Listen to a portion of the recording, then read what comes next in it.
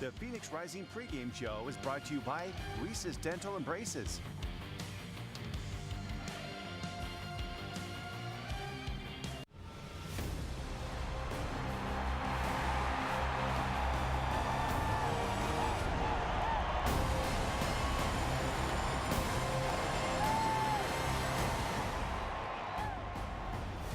What a night we have ahead of us here in the desert in the Valley of the Sun as Phoenix Rising FC play host to Austin Bold on yet another dollar beer night here at Casino Arizona Field on a Friday night in Scottsdale, Arizona. Pregame presented by Reese's Dental, Tyler Terrence along with the ex-German pro Devin Kerr. And this is a game that needs no introduction. Phoenix Rising FC looking to make it 10 wins in a row, which would tie the all-time USL record. Austin Bold FC, just one of the two sides that have beaten Phoenix this season. Storylines galore, but this is the real storyline, Devin. When you think about a Phoenix trying to make history, and when you compare them against the FC Cincinnati team, you know, it's pretty amazing what Phoenix has been able to do. Multiple areas that you can look at here. Let's set up FC Cincinnati in their 10th game. They won 3-0 at home against Indy 11. So chalk up another clean sheet. Still not going to hit Phoenix Rising. Chalk up goals for and the goal differential. Still not going to hit Phoenix Rising. Unless Austin comes in here and smacks them upside the head for 8 or 9 goals, there is no way that the run of Phoenix Rising is going to be diminished by what FC Cincinnati did in 2018. Lest us forget that the spoilers were the victors a few months ago. Austin Bold FC at home did a great job of sitting in a nice defensive unit and then waiting to exploit on the other end. Marcelo Serrano will tell you that his squad is defensively shaped to the point where they figure they can compete with the best of them, and not only the Western Conference, but in the USL Championship. One of only 2 teams to win. The other one, of course, Orange County. Phoenix already paid their vengeance back. Now it's time to get some against Austin Bold. And this is a time of the year in which Phoenix really did not look great whatsoever. If you look at their first half dozen games of this season, this is a side that really couldn't find their identity. A lot of moving pieces. You had a lot of LAFC guys moving in and out. But since then, they've been phenomenal. Beautiful. I mean, look at the goals for. 36 goal for, 8 goals against. And we have to give credit on the defensive side of things. As great as their offense has been, Zach Lubin showing you what he's made of. Great netminder. Austin Bold, on the other hand, they have been a giant slayer of sorts. They've taken down some big teams, but they haven't been able to do it on the road. The stage is set. Dollar beer night. Phoenix looking for 10 wins in a row. Austin looking to break it up. And the Bud Night is in attendance. It's all coming your way next.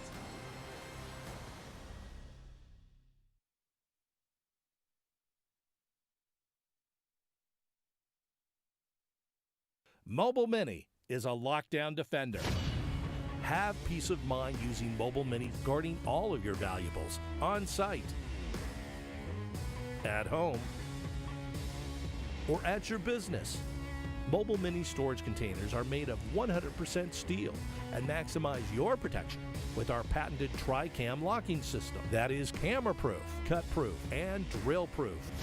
Proud partner of Phoenix Rising FC. We're Carvana, the company who invented car vending machines and buying a car 100% online. Now we've created a brand new way for you to sell your car. Whether it's a few years old or dinosaur old, we want to buy your car. So go to Carvana and enter your license plate, answer a few questions, and our techno wizardry calculates your car's value and gives you a real offer in seconds. When you're ready, we'll come to you, pay you on the spot, and pick up your car. That's it. So ditch the old way of selling your car and say hello to the new way at Carvana. At Arizona Federal, our passion is to help out the community where you live and work, because where you bank should make you feel good. Show your support for the home team with the Phoenix Rising Visa Debit Card. When you open a new account, you can score $100 just for using your card when you shop. How's that for an easy goal? Be a part of our commitment to the community. Arizona Federal Credit Union.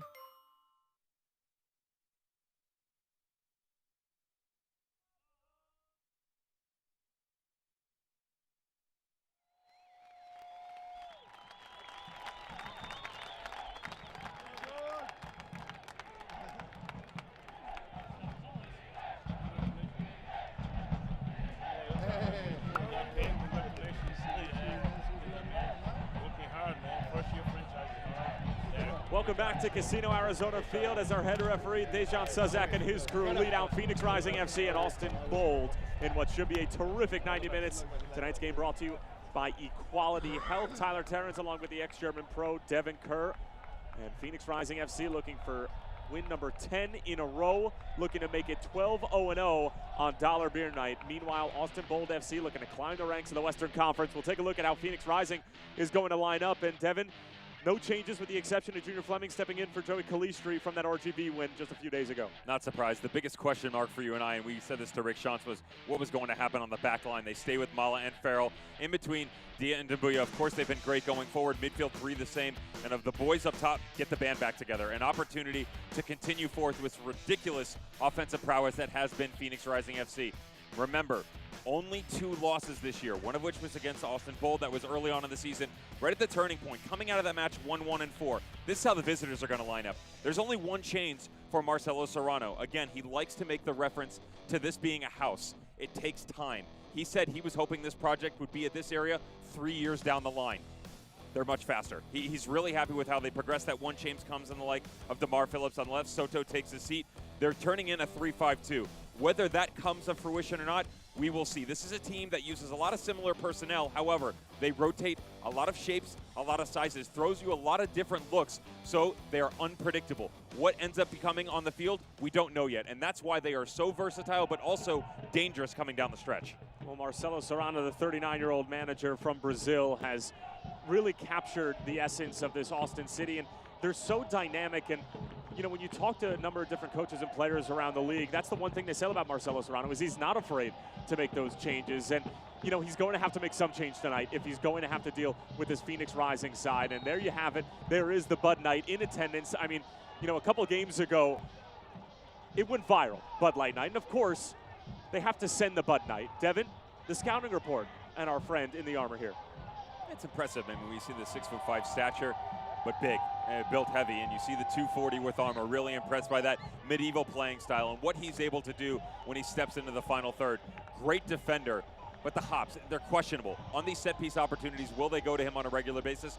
Probably not the look. He'll probably sit a bit deeper. He was undrafted coming out of Camelot State, so what can they do going forward with him? To be fair, probably more potential than people thought he was going to have, so definitely coming off the bench to help out in the second half. And Rick Shantz did tell us that if he is going to see any playing time tonight, that it's more or less going to be a double-edged sword, more or less. And this guy is in attendance. I mean, you have Phoenix Rising going for 10 wins. There's so many storylines, and you and I didn't even ask Rick Shantz the question about what it would mean to make history, this and that, because it really has just been one game at a time, one half at a time, one possession at a time for this group, and that's why it's paying dividends. I promise you this, the conversation has come up. It's not a massive talking point, but it has said, hey, let's go after the Eastern Conference here. Let's go after the entire league and show them what we're made of. They have to get through 90 minutes and fourth, but you are spot on. Anytime that you talk to any of the boys in the dressing room, anyone in the staff, and most importantly, Rick Shantz, they are about the next game up, the next 90 minutes. More importantly, what can they do in the first 45 to impose their will on the traveling Austin Bold? Last time these two sides met, as we talked about earlier on the top of the broadcast, it was a 1-0 decision in favor of Austin Bold.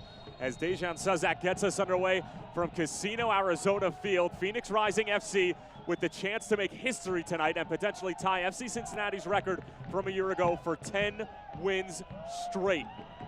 Austin Bold, no slouch of their own, as they are looking to climb the top ranks of the Western Conference, a side that will most definitely be jousting with Phoenix Rising come playoff time. And Tyler Terrence along with Devin Kerr, glad to have you with us on ESPN Plus, or perhaps your Phoenix CW. Phoenix coming off of that thrilling 1-0 win at RGV, an HEB Park that is extremely difficult to come out of 3 points with. Adam John with the game winner and what would turn out to be USL Championship goal of the week.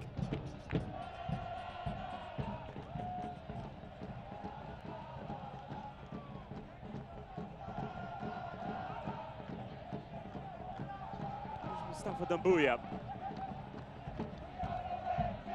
Joey Farrell and Luigi Mala paired up along the back line again. As Devin mentioned, AJ Cochran has usually been the go-to guy along with Joey Farrell in that left center back position, as Junior Fleming's already getting involved. Adam John trying to help it along.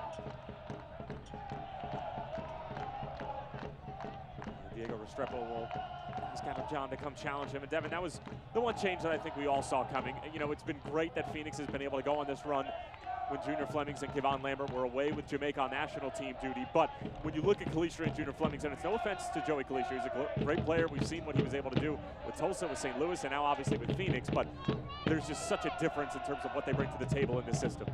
I'll make it easy. It's not 8 goals and 5 assists in 14 games. That's where the numbers break down. And what Joey Kalisha was able to do over that time frame, beautiful. I mean, you need players that give you the depth, but also can still give you a spark, and we saw that out of him. So, golf clap to him, and moving forward, he knows his role behind Junior Flemings, and if he's asked to step up again, he most assuredly can say that he'll be more than capable of doing so.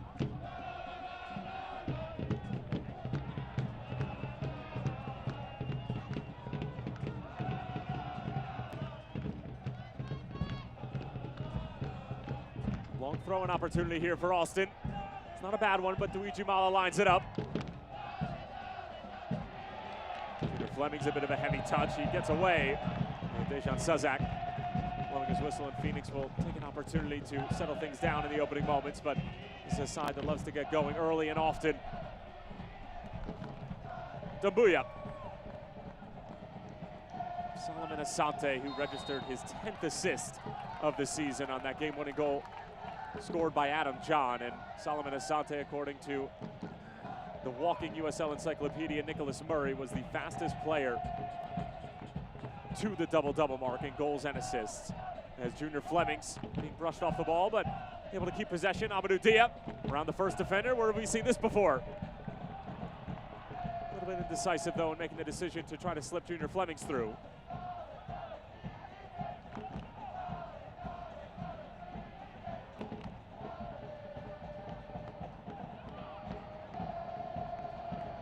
Take a look at our Osco uniform report, and it is, of course, a dollar beer night. Copper State Fridays for Phoenix Rising, and Austin Bold going with the classy all-white kits.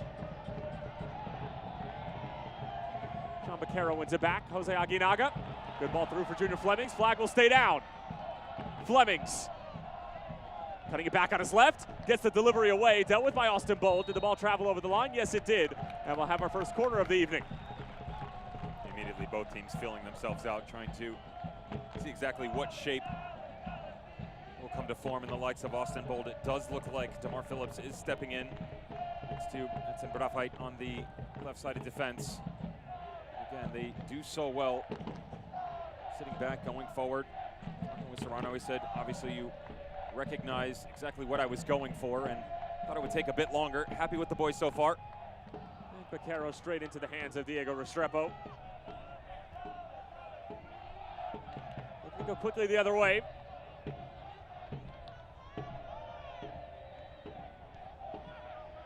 Here's Clever.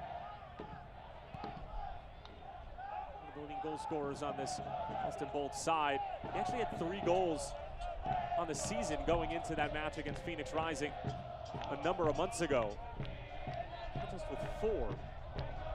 A much more fruitful start to the 2019 campaign for Mr. Kleber. As John Baquero trying to find Adam John, but broken up along the back line by Edson Brafite.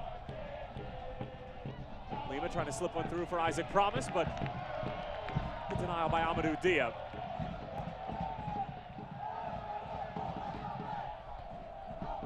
Solomon Asante on the turn. Gets yanked from behind, but no call. Solo in utter disbelief looking at the assistant referee, as it appeared that DeMar Phillips had gotten an entire handful of Solomon Asante's jersey.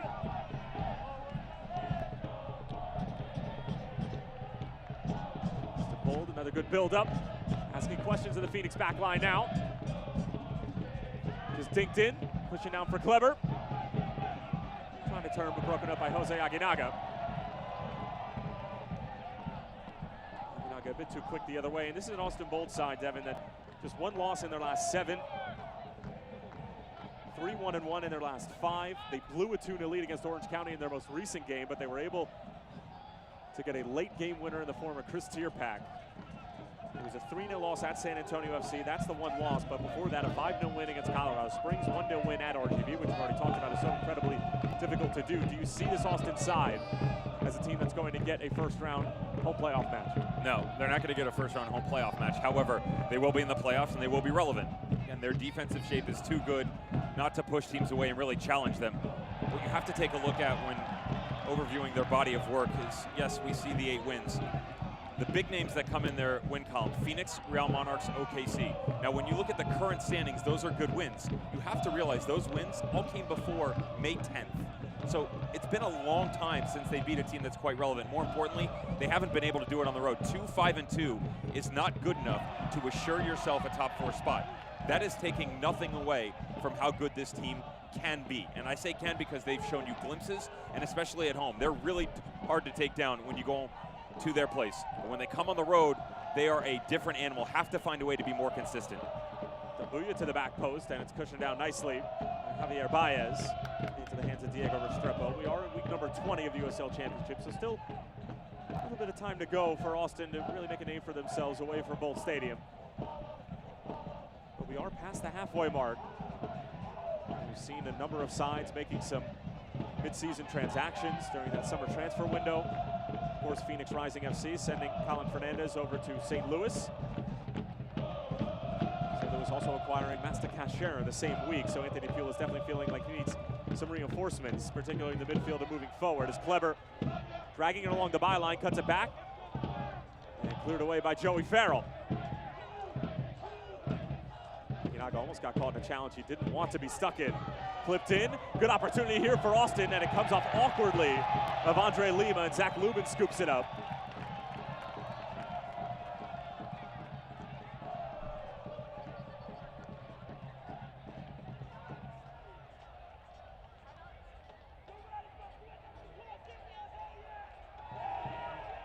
Here's Junior Flemings going the other way.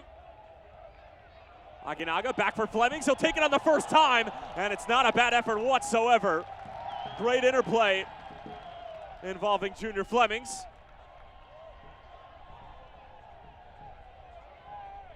Much better from Phoenix Rising, trying to really dictate their own terms. There's a slight little move out of the midfield bag. Inaga, good little check-in by Flemings coming across. They got lucky on one end and unlucky on the other, trying to pick out the far post of Restrepo. DeMar Phillips trying to switch the point of attack. It's a difficult ball to deal with if you're Sion McFarland. Junior Flemings gets a shove in the back from his compatriot.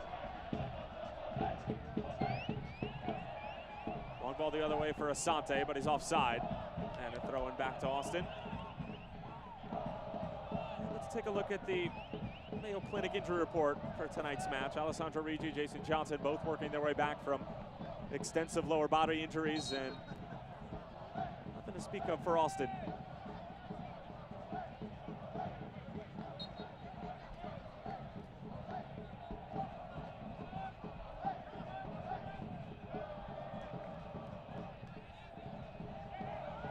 The best play on a new Ford is at Sanderson Ford. Shop Arizona's largest selection of new Fords with no hassle, no pressure, and no nonsense. Sanderson Ford is America's most awarded Ford dealership.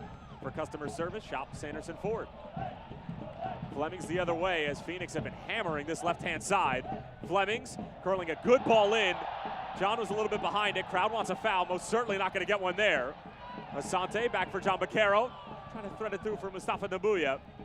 That was how Phoenix earned their first penalty and goal of the night against Portland Timbers 2 a couple weeks ago. A 4-2 win. Seeing Amadou Diaz score a brace and his first goals in a Phoenix Rising kit since 2017.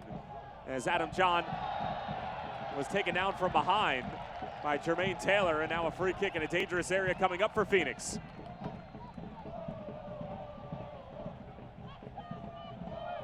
Phoenix still trying to figure out this shape that is Austin Bold. Nice little check-in by Adam John coming all the way back. You see the step up by Jermaine Taylor coming off the back. Can't do that, especially when a center forward as experienced as Adam John recognizes the threat from behind. Always going to accentuate a little bit in the action. Don't mind it from the center forward. Now, Diego Restrepo getting his boy set in front of him. Four-man wall, moving him left to right, and dangerous area. This is where you hit that gray spot of left footer, right footer, which direction can it go? You have to trust your wall, but also your judgment has to be a bit more smooth here. It's John Baquero, it's straight into the wall.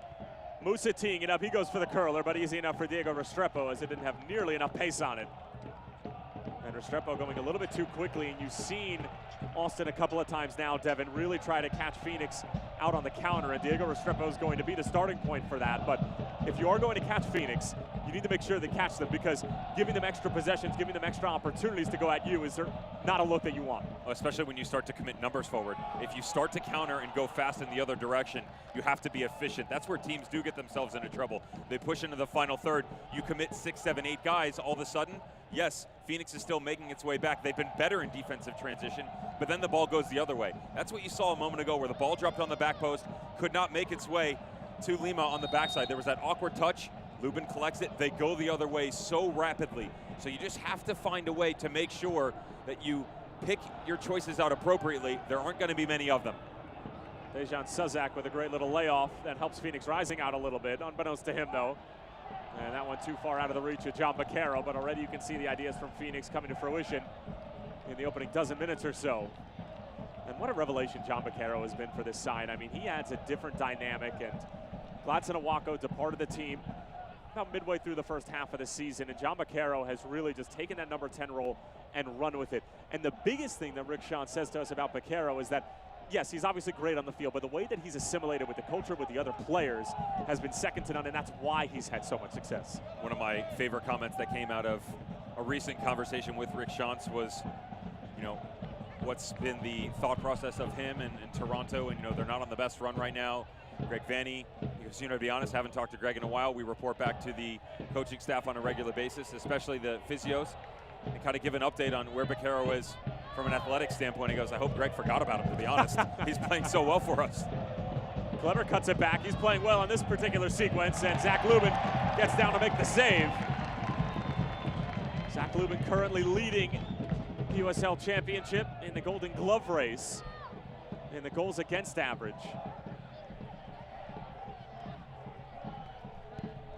You're starting to see some of the freedom for Kleber in the middle of the field. The front three of Lima, Kleber, and Promise really do provide such good attacking options. It's just, what form is it going to show itself in? Right now you're seeing Kleber playing in the false 10, really having a little fun in behind Aguinaga and Baquero, but also drifting side to side on James Musa. It's a hard mark in there when you play with this midfield trio of Phoenix Rising. Baquero's got to be better on that giveaway. And just keeping your head on a swivel as they rotate side to side, committing numbers. It's always going to be a good look for Austin, but can it get them into trouble? Right now, they're enjoying it. Another first-time delivery over the head of Zach Lubin, and he tells everybody to settle down for a moment. Phoenix Rising is pleased to have players of Classic SC08 Boys as tonight's First Watch ball kids. Be sure to visit www.firstwatch.com to find your neighborhood First Watch, the daytime cafe.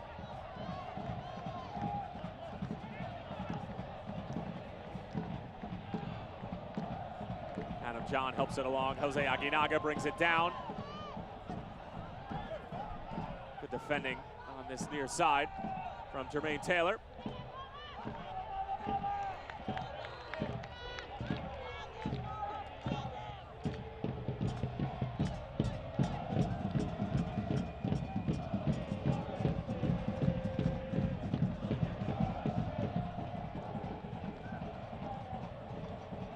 Musa over for Jose Aguinaga. Him and Dumbuya bunched up at the moment, creating a bit more space now. Dumbuya. Asante, deceptive little move there. Baquero finding Junior Flemings in all sorts of space. Here comes Amadou Dia on the overlapping run. Flemings using him as a decoy this time around. Phoenix will keep possession. Dumbuya again. Wants to run right at Saramutin, but standing his ground for the moment is the 23-year-old from Camden, New Jersey. 24. As Adam John sliding one through. Solomon Asante trying to go back across to the middle, but handled well by Diego Restrepo. Good movement coming out of the boys in black, but you can see with Asante trying to cut it back across the middle, it's too quick, and unfortunately John can't get on the end of it. Well done by everybody on Austin to close the space down. You can see the trailing runs, other center backs. That's Raphael and Jermaine Taylor doing a good job shielding the big number 9 up top. The partnership that Solomon Asante and Adam John have developed, I don't want to say rapidly, because at the beginning of the season, you know, this is a Phoenix team, as we mentioned at the top of the broadcast, 1-1-4 in their first 6 games, but all things considered, it's been a pretty quick turnaround for Adam John to step in and develop that partnership with Phoenix's most dynamic player. It's quite interesting how you can take the levels and tiers, if you will. So you start with the back line, then the boys in the middle, and the guys up top. The top three have been very impressive, and I'm directly referencing Junior Flemings, Adam John, and Solomon Asante. But I want to go a step further with that relationship with John and Asante. I still don't think, out of everything we've seen out of Solomon Asante, that he is at his best right now. And the numbers will tell you differently, but I promise you this. If you look at tape last year and look at what he's done this year, he is in a better run of form last year. Here's Asante! Phoenix rising up to the usual tricks on Dollar Beer Night. It's Solomon Asante, a baker's dozen on the season, and Phoenix off and running in the 18th minute. Austin Bold 0, Phoenix 1. One of the areas I was just going towards was his finishing, that he has not been very clinical in the final third. Too many touches, second guessing himself, and he shouldn't. All the skill level in the world at his fingertips. You just have to choose which one you're going to point at. This is where he could be at his best. This is where we have seen him at his best in the past, and on full display in the first half for Phoenix Rising. Lovely little cut in by Doumbouya. Asante recognized the space in front of the back line, and the midfield had not dropped back. So there was about a 5-yard gap. First touch is so perfect, sets it up right in front of him, sees the far post. Restrepo can't get over. Phoenix out in front by 1. Dollar Beer Night strikes again.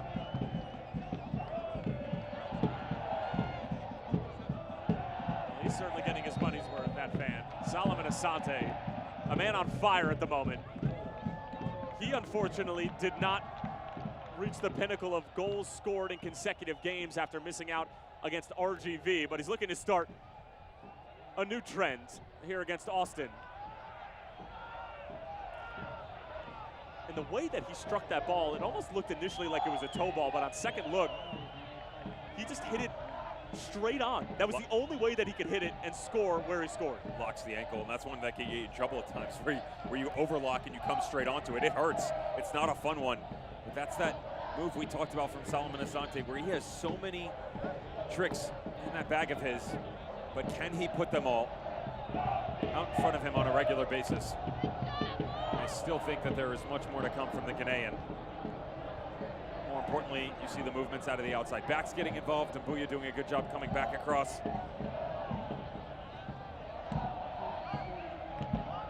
Here comes Austin trying to respond quickly. Clever. That was a very important touch from Luigi Mala. Here's Baez, and a big save from Zach Lubin.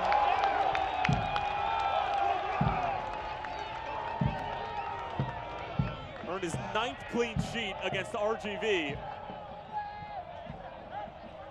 Austin Bold will come again. Bit of a wake-up call, that goal from Solomon Asante.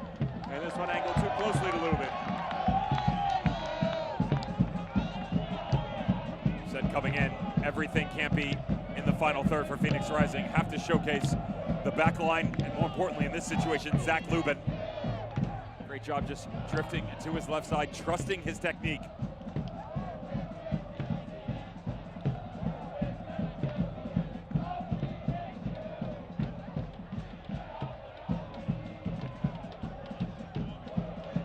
Inaga, oh, that's terrific. Splits 3 different Austin defenders, now sends Amadou Dia on his way. Dia tried to get the cross away. It was a foul, says Dejan Suzak. Meanwhile, Zion McFarland is absolutely livid, and he's close to getting a card for dissent. Meanwhile, Phoenix are going to have a great free kick opportunity on a tight angle, though. It's cutting back across the Jamaican's body, and Amadou Dia did a good job. Just turning on the Jets a little bit here. The referee has a conversation with Sion, letting him know that I've had enough of it, even though it's one of the earlier challenges in this match for him. All the way back across. Yeah, he does get the foot, and that's where he gets himself in trouble. It's not the follow-through. The initial right foot coming across the body actually catches Amadou Dia, which impeded the progress going forward. That's why the referee blows the whistle. And now another dangerous set-piece opportunity where Austin Bold really need to compose their thoughts here. 21 minutes in, down a goal. Don't want to give Phoenix that added depth on the offensive side of things. Just give yourself an opportunity, collect your thoughts, and find a way to push that offensive threat away. See if you can counterpunch going the other direction. chance for Phoenix after Austin Bold were denied by Zach Lubin on the other end just a few moments ago. This game has certainly lived up to the hype in the opening 20 minutes or so. Baquero goes straight for goal, and Adam John got a glancing header to that.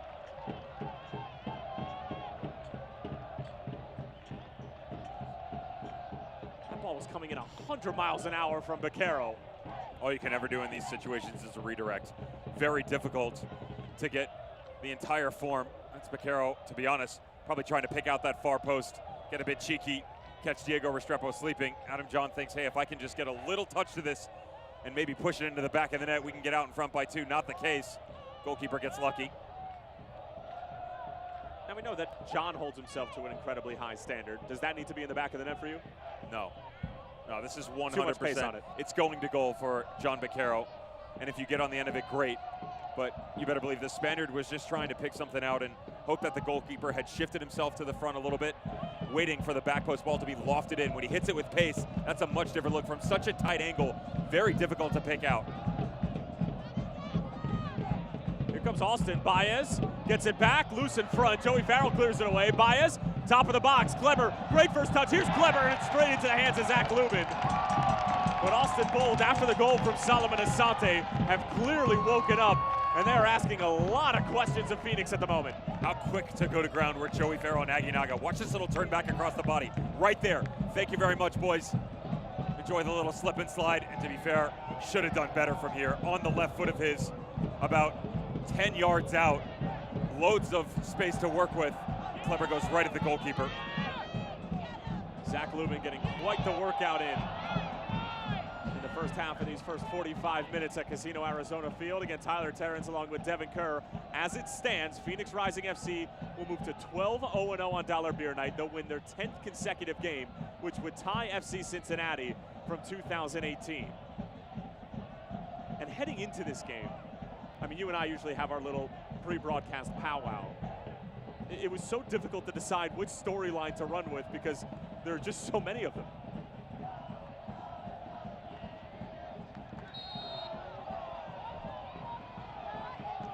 Tell you this, the evolution that is Austin Bold over the course of the 2019 season so far is that they are much more of a threat moving into the final third. A team coming in the last matchup, you and I were talking, and you said, you know, they don't look very good. And I responded, I said, if they can do one thing, they can defend. And they sit back, and they do a good job of just making sure that you really never truly have a grasp on any movements you're trying to do. It's kind of the ebb and flow of what we've seen in the first 25 minutes where Phoenix showed their teeth a little bit. Austin came back, and Phoenix gained control for about an 8-minute span. They got the goal out of it, and now Austin's starting to come back at them. We're seeing a shift in the shape once again. They had gone into the 4, now back into the 3 again. Overloading numbers in the middle. Amobi Akugo playing a real high line. And it just makes it so difficult as a player when you're trying to track numbers. Fleming's trying to go back for Dia. A little bit rushed. Here's Amadou Dia. He's going to let one fly, and Restrepo gets a great save to it. John Baquero putting the clamps down, forcing Austin Bold into a turnover. Aguinaga finding Mustafa Doumbouya in space. Asante will check back to the ball. Poor giveaway from Phoenix, and now Austin Bold might be able to hit them on the counter. Here's Javier Baez. In for Andre Lima. Look at Jose Aguinaga tracking all the way back after being about 20 yards inside of midfield on the other side.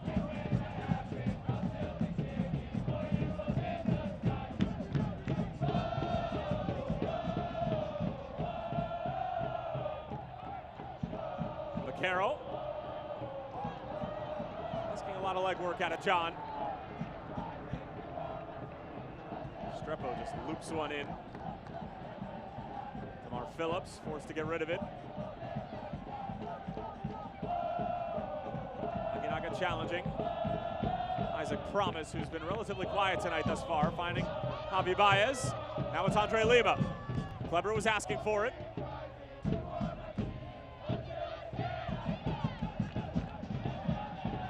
Little 1-2 touch there from Saramut. Now it's Promise taking the inside. Promise going for goal. Almost took someone's head off. in between the Bandidos and Red Fury here at Casino Arizona Field, and Diego Restrepo being called into action just a few moments ago. Felt like this ball should have been better from Junior Fleming. See it right there coming across his body. Amadou Dia probably could then cut it back. Adam John trailing. Fleming's right at the top of the 18. But well done by Restrepo, and then go the other direction. The Nigerian unleashes from the top of the 18. Zach Lubin drifting over, had it covered. Sure, Amadou Dia's eyes lit up when another chance fell to him in the penalty area. And when you're on a run like this, if you're Phoenix, winning 9 games in a row, not just unbeaten, winning 9 games in a row. It's so incredibly difficult to do. Sometimes you need a guy like Amadou Dia to step up and score a brace. Meanwhile, Austin Bold threatening again. Isaac Promise in the middle of it, starting to grow into this game. He's one of those players where if he's getting some momentum and going downhill, he's one of the more difficult players to stop in the Western Conference. You need multiple things to go on. You need the Amadou Dia brace against T2. You got to find a way to get a win on the road at HEB Park against RGV. And of course, comeback victories like we saw against Real Monarchs. There's been so much that has gone on here. Watch out. Well, that's a really rough challenge. Okugo was in the middle of it along with Aguinaga. Aguinaga got the brunt of it, it looked like.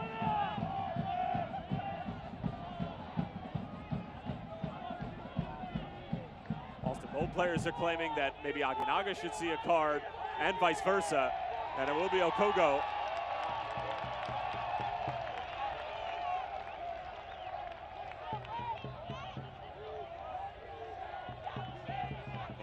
Both going to ground so quickly, sometimes you have to second guess your own thoughts, but it is Aguinaga there first. And the reason Okugo gets himself in trouble, it's not necessarily that he goes to ground as well. Watch the boot, studs up the entire way coming in right there, leaning right into Aguinaga as he come across his body. Had already got a touch on it as well. Trying to spring the attack, going the other direction. And Okugo can be deployed on the back line or in central midfield. Rick Shantz was actually quite complimentary of him and brought up the relationship that Okugo had with John Hackworth at the youth international level.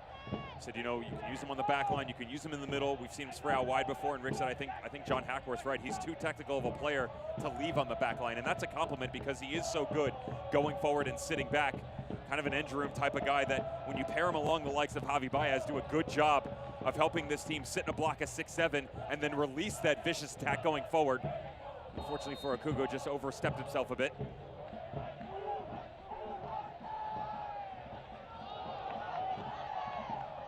Asante trying to pull his usual tricks on Mar Phillips on this near side, but the Jamaican not having any of it. And going back to Marcelo Serrano and this Austin Bold team, I mean, you talk about the versatility of Amobi Okugo. I mean, for Marcelo to be able to pull off a system like he has, which is just a variety of systems, you need just a boatload of experienced players. As Javi Baez doesn't have anybody step to him right now. Taking the space given. Saramoot.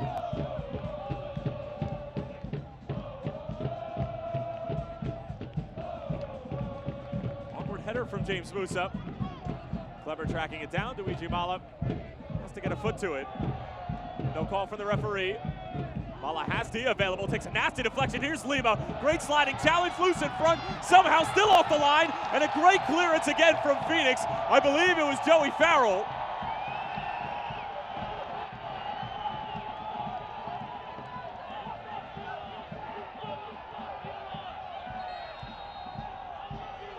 And now the referee is going to bring it to a stop as there was a massive collision right on the goal line that invited Isaac Promise, Dumbuya, Joey Farrell.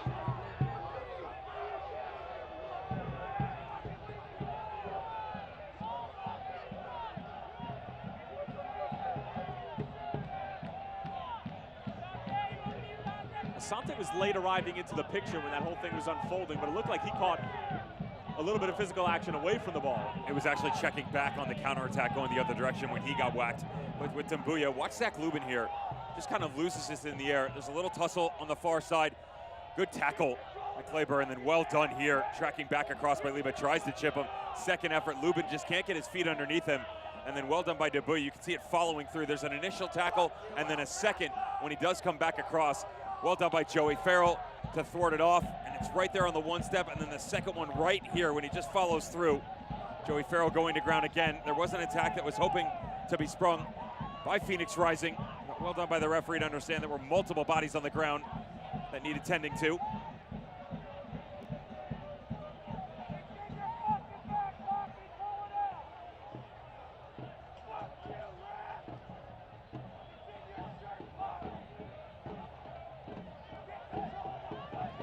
I'll tell you who would be a good replacement right now for Mustafa Doumbouya if he was available. You're not allowed. Your playing days are over. Well, I was going to say you. No, I'm not definitely over. You're definitely not available. I know better than that. If his paperwork was sorted out, and obviously the transaction happened just this week, but Corey Whalen. That's an interesting pickup that Phoenix Rising fans were happy to hear about. And talk about background of a player. What pedigree does he have? Speaking of pedigree, there's someone you wouldn't mind being next to. It's Grafite, who has played at the highest of highs. Dutch international, actually had an opportunity to experience World Cup final in a substitute appearance in that loss to Spain.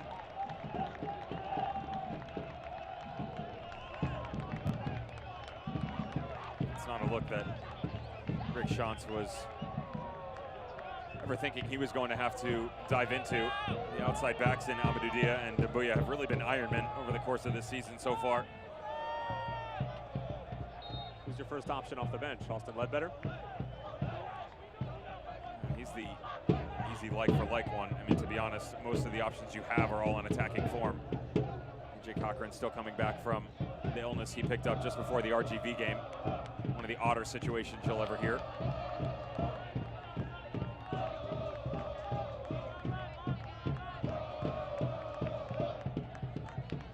Vaquero finding Aguinaga. More than a half an hour played here at Casino Arizona Field. Solomon Asante with a lone goal. And now finds himself all by his lonesome as he lashes one across in for Adam John. A bit too hot to handle. Vaquero trying to get there, but broken up by Javi Baez.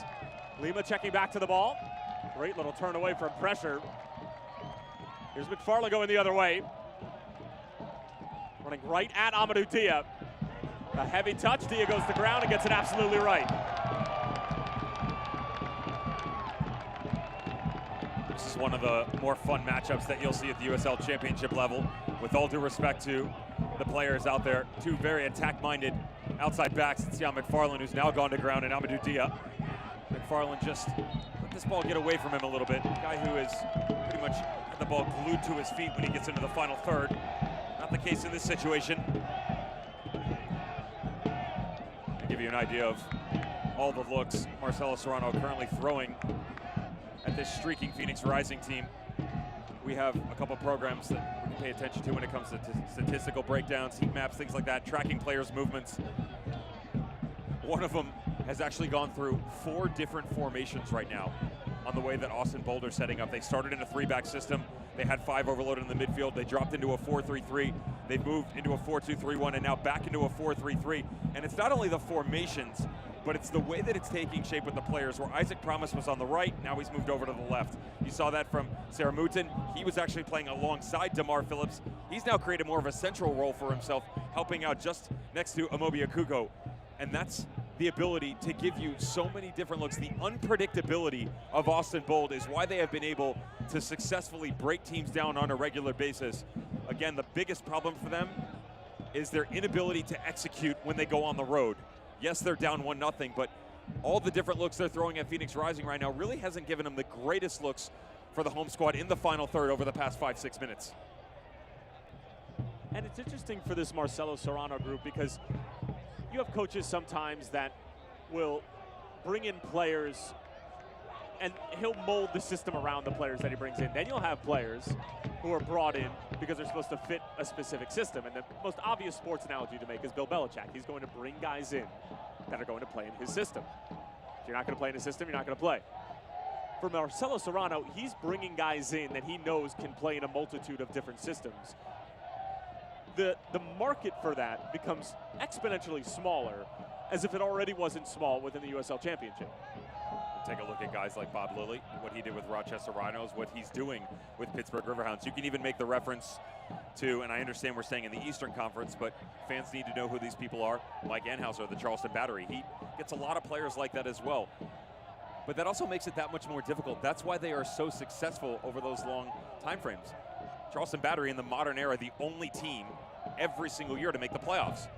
Bob Lilly and the Rochester Rhinos, the run that he's done from the 2015 championship to then make the transition in the playoffs and then come to the Pittsburgh Riverhounds and carry that success is all because of a similar type system that's being employed here for the Austin Bolt. Marcelo Serrano also said something really interesting earlier today.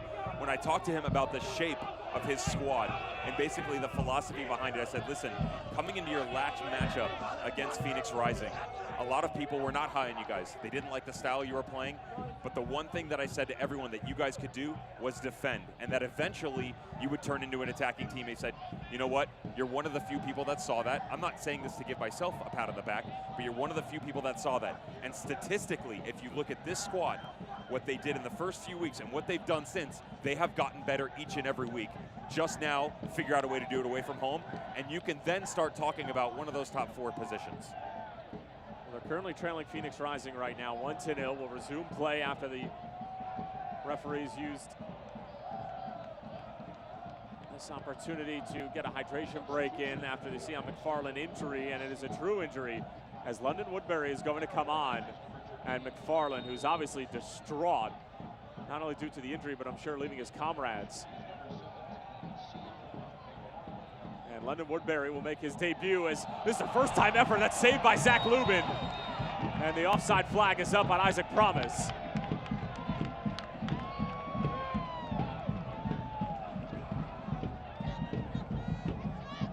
Austin Bold wasting no time after the hydration break.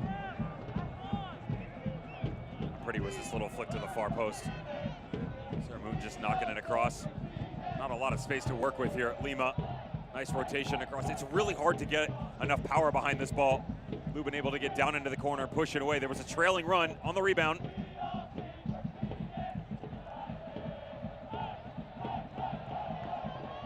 Asante touches it along for Adam John.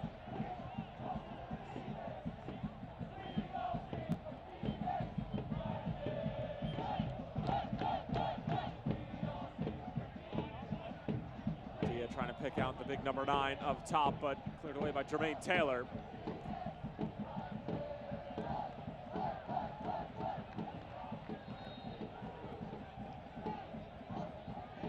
And Mustafa Dambuya down again, and that might be it for him.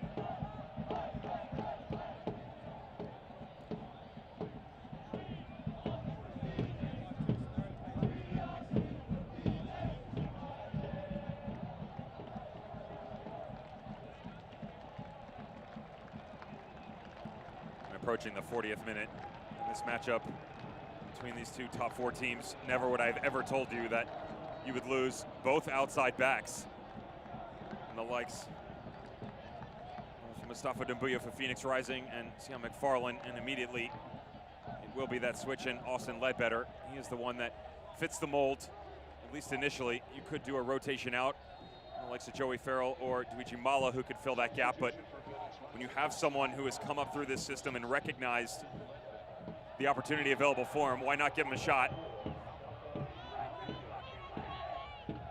Joey Farrell giving Andre Lima all that he can handle, and then some big switch to the other side for Isaac Promise. Promise 1v1 with Asante.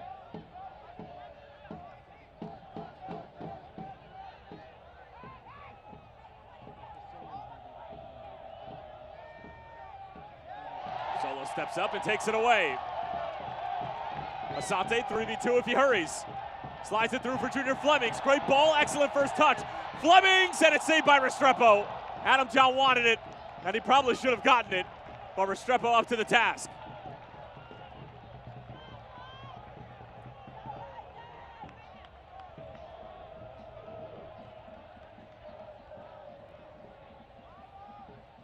Thanks to our friends at Jackson's Car Wash. You get a free car wash with every Phoenix Rising ticket. Visit phxrisingfc.com/Jacksons for more information. Now from behind, and Phoenix going to award again another free kick, and that's going to be a yellow card for Valeri Saramutin as well.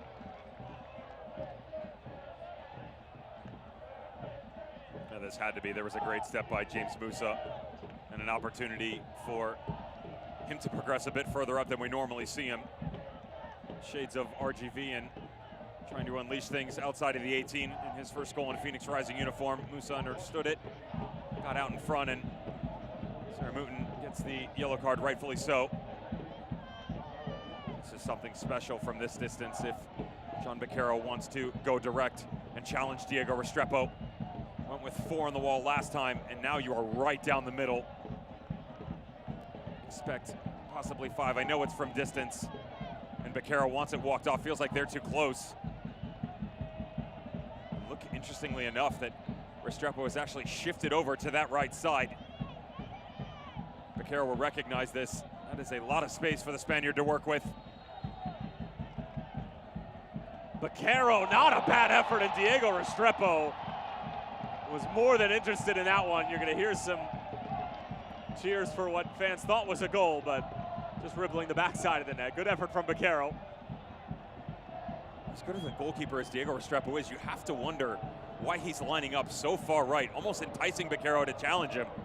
If this is on frame, this is in. Make no mistake about it. Look at the goalkeeper rotating back over. He's not as fleet of foot as we saw in his San Antonio FC days. Still can do a good job of sliding back over. Just had to question his movements there.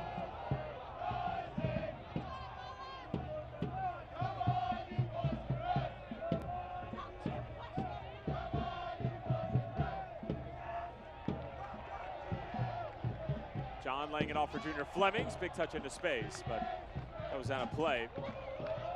Coming up at halftime, we're kicking it with your Phoenix CW. They're taking you behind the scenes of game day with head coach Rick Shantz. Plus, there's a chance for you to win a trip to Los Angeles to see Phoenix Rising take on Galaxy 2. Find out how to enter to win coming up at halftime. Asante brings it down. John Baquero running with him. Asante finding John. John fakes, now will take it, and it's straight into the backside of Jermaine Taylor. Aguinaga desperately trying to win it back for Phoenix on his backside. John, it looked like had him taken down, but Austin come away with it. Kleber touches it along for Baez.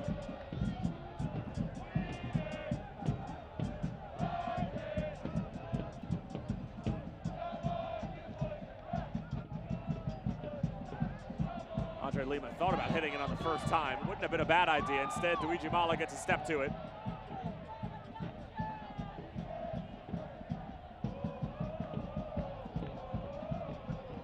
Junior Flemings looking to go right at London Woodbury.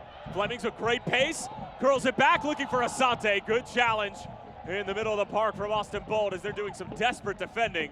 And Junior Flemings taking advantage of the fact that Sion McFarland saw his way out of this game and running right at the debutant in Woodbury. Had a lot more fun, that pace of Junior Flemings. His decision-making has to be better, though. There was a chance just before with Adam John, and once again, if this ball gets cut harder to Aguinaga, he might open his scoring campaign for Phoenix Rising, which he has yet to do. Good news is they're still providing opportunities.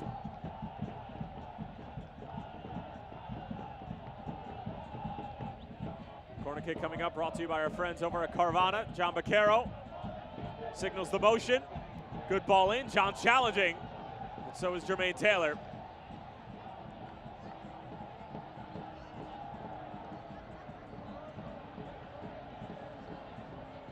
And it will be 7 minutes of stoppage time.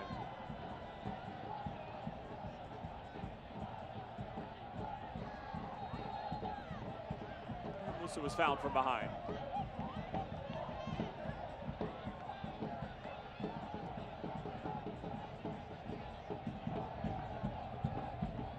Dia in for Flemings.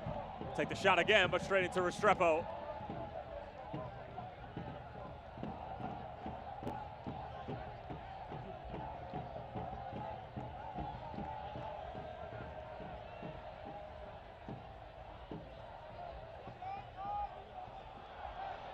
Now Isaac Promise goes down. That was a bit awkward for the referee because it looked like he wasn't going to call the foul initially, but I guess just playing the advantage before Isaac Promise hit the deck.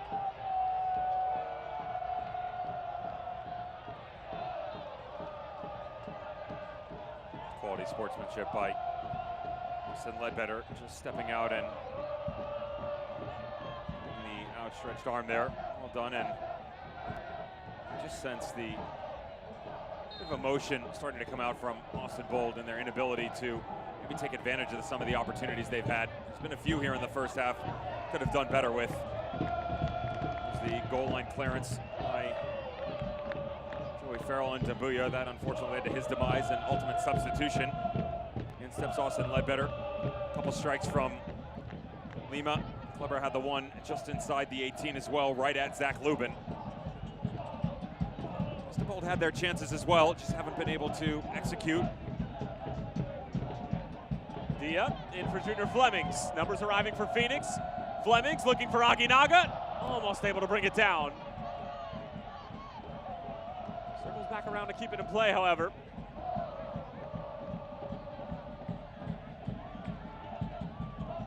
Bakero just under the foot of Asante. A rare miscue from the Ghanaian in the attacking third.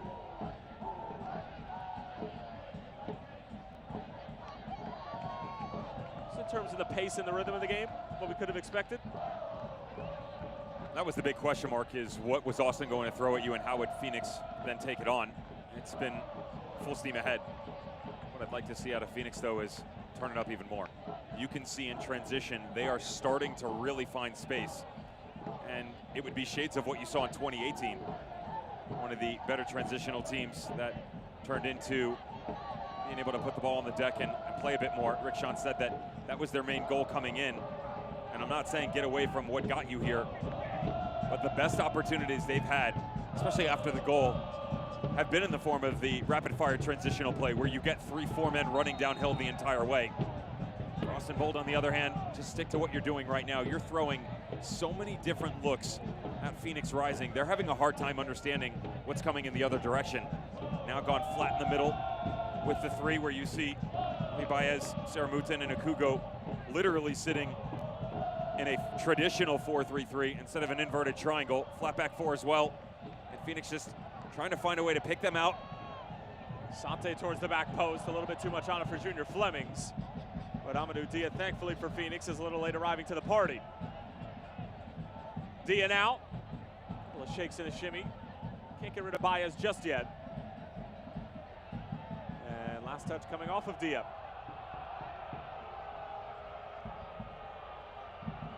And they're either not happy with the call or they ran out of Bud Light.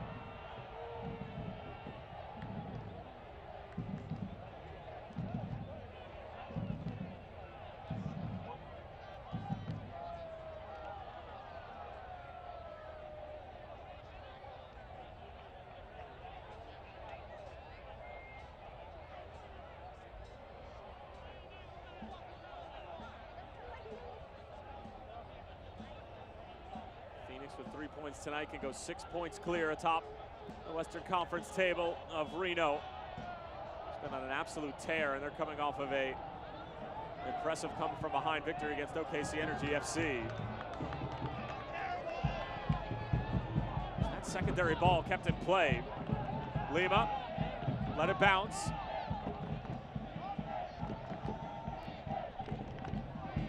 Early delivery in. Luigi Mala handles it with relative ease, and Saramutin puts it right into the path of Junior Flemings, and the Jamaican is off and running. The other Jamaican, Jermaine Taylor, goes to ground. That's an excellent challenge. He goes to ground. Phoenix, meanwhile, trying to take advantage of one of Austin Bold's best defenders lying prone. Adam John, was he taken down in the backs? The referee says no. And now he'll bring it to a halt and check on Taylor.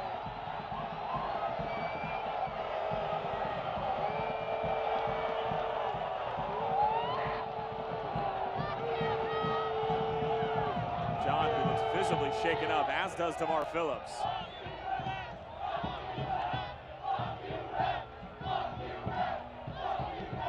Don't worry about Jermaine Taylor. This tackle he went into, really nicely done by the center back coming across. And when he goes to ground, he got caught up on the tail end of it. You saw him immediately reach to the left side of his. On the back end of it, DeMar Phillips coming what looked like to be over the backside of Adam John. There was a good shot of sportsmanship from John. He immediately looked at Phillips, said, "Hey man, you all right?" And then turned his intentions to the linesman, saying, "What are you looking at?" There's a better look as Fleming's coming out of the back. goes to ground, comes across. It just looked like when he went to get up and step, comes up a bit awkward. Is it a foul? That's really difficult. I don't see anything there, to be honest. The movement of John impeding Phillips, to be honest. They're both going up. They're both coming at each other. So you better believe Solomon Asante has something else to say. As if we wanted anything more. Be a bit more added time coming through. Does look to be a bit of a knock on the top of that left knee. The trainer's tending to.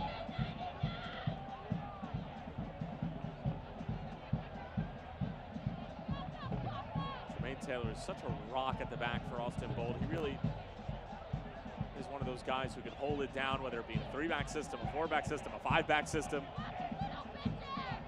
Made a number of caps with Jamaica, over 100. He was named to the best 11 in the 2017 Gold Cup, along with Andre Brick and Kamar Lawrence. Of course, the Reggae Boys falling to the United States in the semifinals of this year's edition of the Gold Cup, as Edson Bravide and Solomon Asante are becoming quite good friends over the course of tonight's match. I'll be friends with him. Maybe they'll head over to the Thirsty Lion later tonight. Don't threaten me with a good time. Oh, come on, man. Tell me you don't want some tacos right now. I told you the chicken sandwich. That's what I had there. Fish tacos. You know I don't like seafood. That's why I got them. That's what I have to share with you. You ever been to Austin? Never. That's a fun city. I hear that. Oh, we could do some damage there. I can't wait. I'm actually have a trip set up. May or may not be involved with some wedding festivities. February, don't worry. Won't be involved in any games. Maybe some preseason stuff, but yeah. Gotta plan my life around this beautiful game now. Once again. It's like I've been doing that for a while.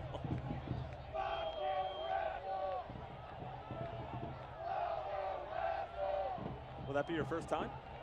No. First time since early to mid 2000s. Before I moved overseas, so. My brother lives there now. That's right. Yeah. Great guy, love him.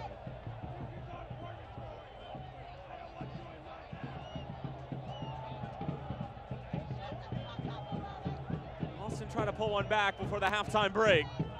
And it has been an extensive first 45 minutes.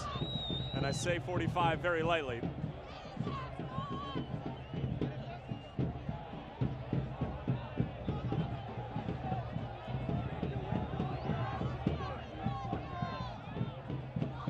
Clever on the turn, straight to Asante.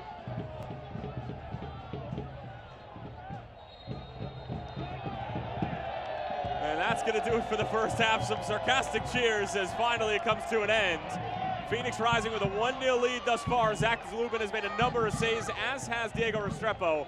But Solomon Asante beat the outstanding keeper. 13 goals this season, leads the league to go along with 10 assists. Devin Kerr, your thoughts on the first half?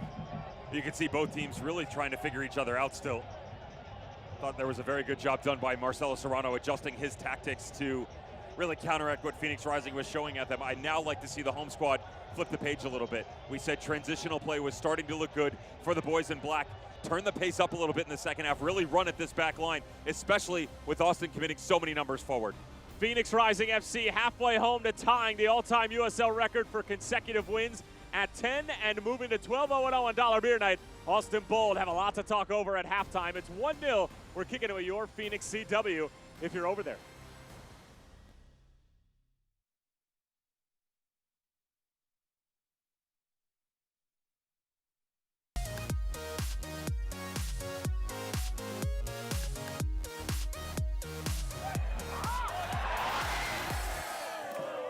I'm Adam Waltz, and you're kicking it with your Phoenix CW. Welcome to halftime. Tonight we have a look at game day like you've probably never seen it before. It's game day through the eyes of head coach Rick Shantz. Oh, this is a sweet poster, man. It's pregame for Phoenix Rising FC, and head coach Rick Shantz is a fan favorite. I love the shirts. Thank you so much for being here, all right? Moments earlier, coach was in the locker room delivering this message to his team. I told you guys, we're not just a good team, right? We're a chance to be great, so be great. On the sideline, Shantz is locked in. Keep it up, boys! You gotta be kidding me! And he's very, very passionate, so he's up the whole game. You won't see him sitting down. Solo's coming. Come on. Great ball, son. On the sideline, what I'm looking for more is trend, paying attention to who needs water, who's hurt. We just don't want to play 110 minutes. Rising had multiple chances early against Portland Timbers too. Great first touch. Here's Kalistri, and he just missed it. The team eventually breaks through thanks to a penalty kick from Solomon Asante. Solomon Asante. Yeah! Hey, great work. Great work, brother, great work. But Portland tied it up quickly. What is he doing? And Rising went into the half hanging their heads, tied at 1. Bit disappointed because we felt like we deserved more than being tied or just having scored 1 goal. Coach collected himself before addressing the team. Don't be frustrated. It's not always going to be 4-0, okay? Life is not easy. It's a challenge now. 45 minutes, how do you think they feel? They're hurting, right? First 15 minutes is big, boys. A cold second half start as Rising gave up an early goal. I think I had come to the realization that maybe the streak would end. Rising never gave up, and now we're tied at 2 in extra time. Towards the end, I was like, there's nothing to lose. Still put my head down, try to hit the ball on the frame, and it went in, luckily. Their determination and the character and the will to win is right now is pretty impressive. Phoenix Rising FC, keep the winning train moving. Everybody wants a ticket aboard. Thanks, Coach, for letting us put a mic on you. Now, when we come back, highlights from around the USL. More Kicking It right after this. Mobile Mini is a lockdown defender. Have peace of mind using Mobile Mini, guarding all of your valuables on site, at home, or at your business. Mobile Mini storage containers are made of 100% steel and maximize your protection with our patented Tri-Cam locking system that is camera-proof, cut-proof, and drill-proof. Proud partner of Phoenix Rising FC. We're Carvana, the company who invented car vending machines and buying a car 100% online. Now we've created a brand new way for you to sell your car. Whether it's a few years old or dinosaur old, we want to buy your car. So go to Carvana and enter your license plate, answer a few questions, and our techno wizardry calculates your car's value and gives you a real offer in seconds. When you're ready, we'll come to you, pay you on the spot, and pick up your car. That's it. So ditch the old way of selling your car and say hello to the new way at Carvana. At Arizona Federal, our passion is to help out the community where you live and work, because where you bank should make you feel good. Show your support for the home team with the Phoenix Rising Visa debit card. When you open a new account, you can score $100 just for using your card when you shop. How's that for an easy goal? Be a part of our commitment to the community. Arizona Federal Credit Union.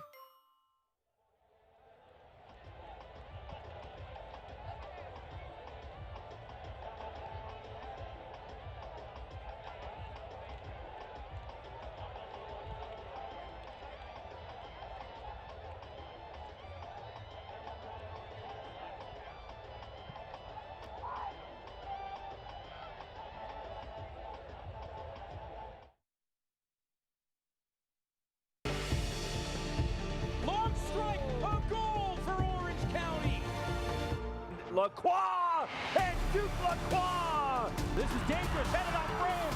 It is a goal for Orange County. And Corey Herzog, and he perfectly places it. Hit toward the back post, in the air and through. Orange County.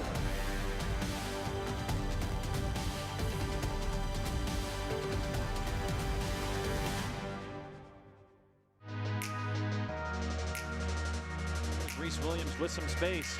Williams curls it inside the 18. Soccer attempt and a beautiful strike on the bicycle for Lansing Ignite FC. Absolutely incredible. Elma Enfor. Are you kidding me? Going long distance, trying to connect. Sayone, and he puts it in the back of the net from long distance. Sending it forward. Here's another opportunity, and boy, you back of the net. That is what they've been looking to do all night long. 91st minute, we are tied at 1 apiece. Here's Mintz again. Michigan's cross to the top of the D. Moshomani, left foot! Beautiful strike! Tuvi Moshomani. Here comes North Texas on the attack. The strike and a goal!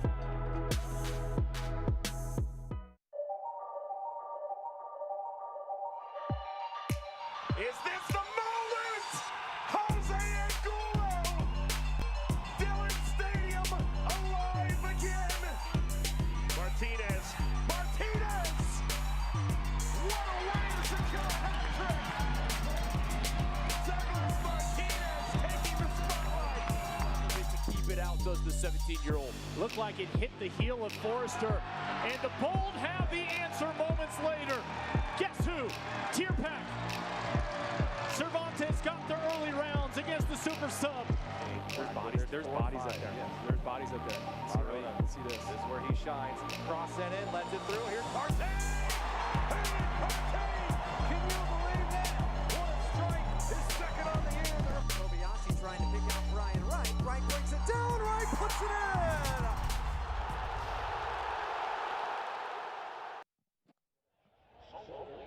Great stuff from the championship and League One. And right now in the championship in the Western Conference, this is the only game of the Friday Night Lights edition. Phoenix Rising with a 1-0 lead over Austin Bold FC. Tyler Terrence along with Devin Kerr, Dollar Beer Night. And the fans, of course, are, well, they're going to put on a little drinking show for you. Devin, thoughts? Bush League. Ha! Bush Light. Look at some news and notes from around the USL Championship. Bit of a coaching carousel. RGV, Los Angeles Galaxy 2. You had some additions in the middle of this week. Not only Sacramento, but a number of teams have started to make some moves, including Phoenix Rising, sending over Colin Fernandez to St. Louis FC. They also will get Master Cashier. And how about Reno and Orange County? I mean, what a big way that would be for Orange County in the second half of the season to really sort of jumpstart a playoff push. For me, the biggest talking point here, though, is the movement at Sacramento Republic. And awesome opportunity for Formella to join the attack. Bonomo, you get Cami Wasa up top and all those guys going forward. But Josh Cohen, it's just a peculiar move. You're now bringing Rafael Diaz, who has 22 appearances in 5 seasons, only one in a Sacramento Republic shirt. That was actually in a 3-1 loss on the road earlier this year for El Paso Locomotive. And for them to continue this rise up the Western Conference, they're going to need good goalkeeping play. Awesome opportunity for Josh Cohen, but can Diaz step in and continue this semi-decent run of form that the Quails have been on? Maybe there's one more move coming. Also a possibility. Stay tuned. Phoenix Rising FC, as you can see, live standing 6 points clear atop the Western Conference. As we've talked about all year, the West is just so unbelievably jumbled. However, there are a few teams that are starting to rise to the top and separate themselves. Phoenix currently one of them, and currently sole owners of 10 wins in a row if the score is to hold. Find out if it will hold when we come back from the break.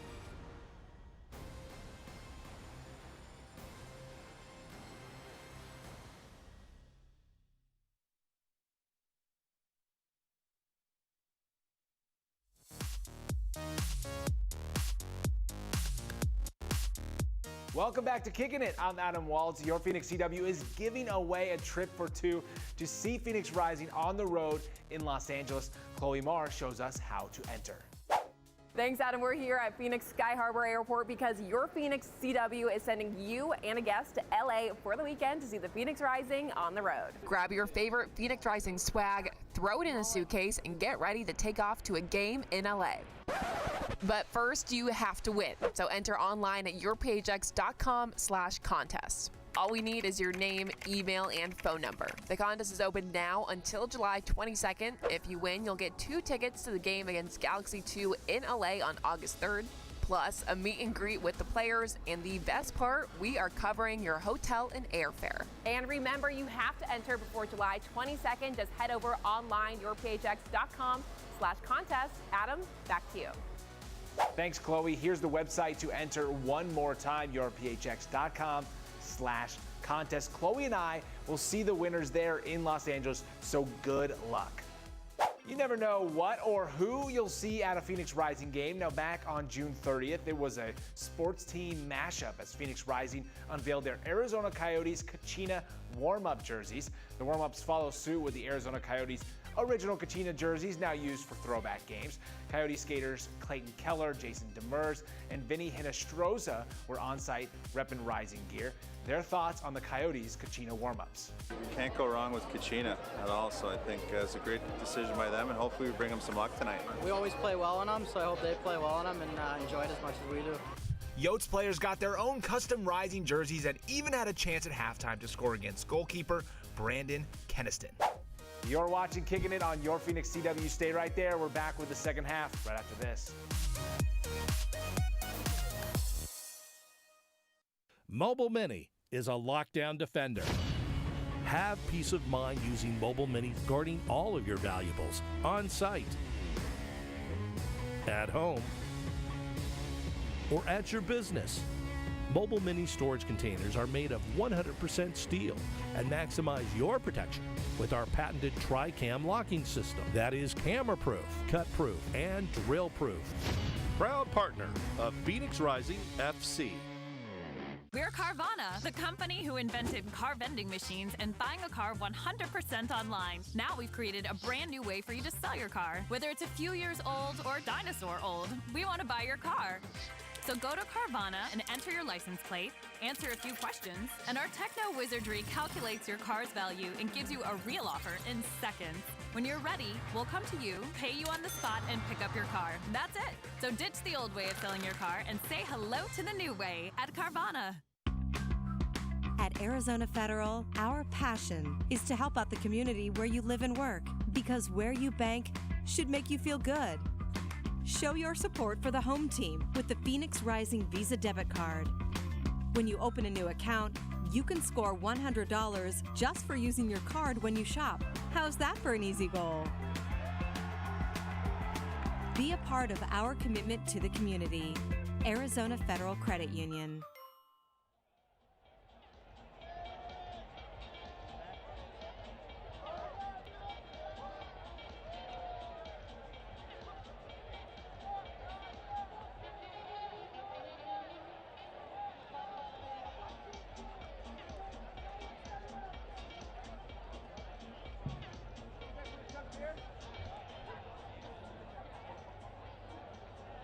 One, two, three.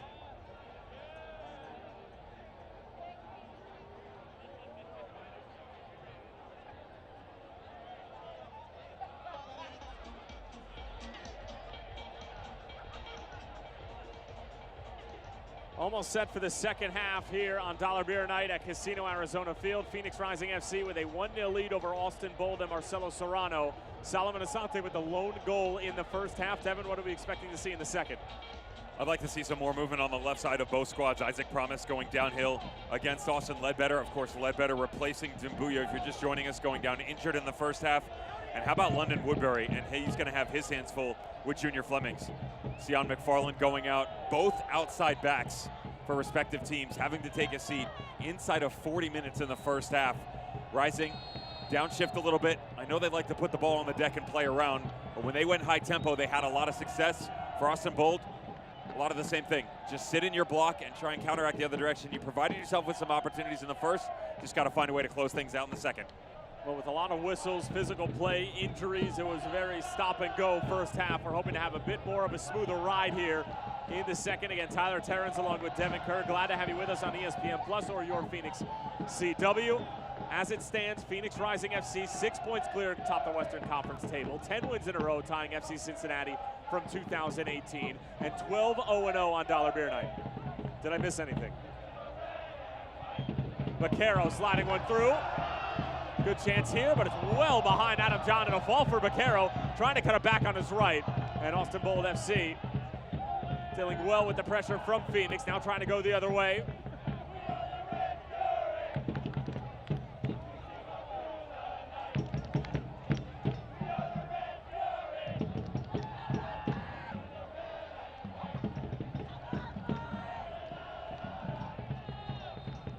And now Dejan Suzak will bring it back as trying to let the advantage go on. We have seen some uncharacteristic miscues from Phoenix in the attacking third tonight. That ball from Jose Aguinaga. We've seen Solomon Asante a number of times towards the end of the first half with some awkward touches. Junior Flemings not pulling the trigger. Should have been unselfish, decided to go it alone, made bad decisions. Is that a byproduct of all the different looks that they've had from Austin throughout the game? Some of it can be. You also have to understand that there was no rhythm for either team in the first half. Too many start and stops, and as a player, you will start to second guess it. When there's free flowing, it's a lot more times you're going to see better play from both squads. Good chance here. It's loose in front. Lubin off of his line. Didn't dive on top of it. Lima falls down, and finally Luigi Mala clears it away. One of the more bizarre sequences you'll see.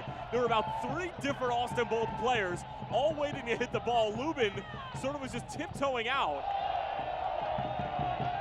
Diego Restrepo makes a mistake. Asante tried to get rid of it.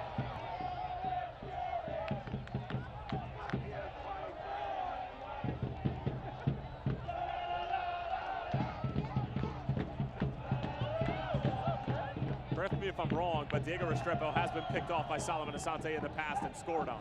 Diego Restrepo has been picked off by multiple people, unfortunately, in his career. He's a guy who has experienced some of the highest of highs with the reels that he's put together. But he's also been involved in plenty of blunders, and that's one of the issues that you get into with Diego Restrepo. A guy that can give you plenty of opportunities to bail yourself out, but also puts you in a spot of bother.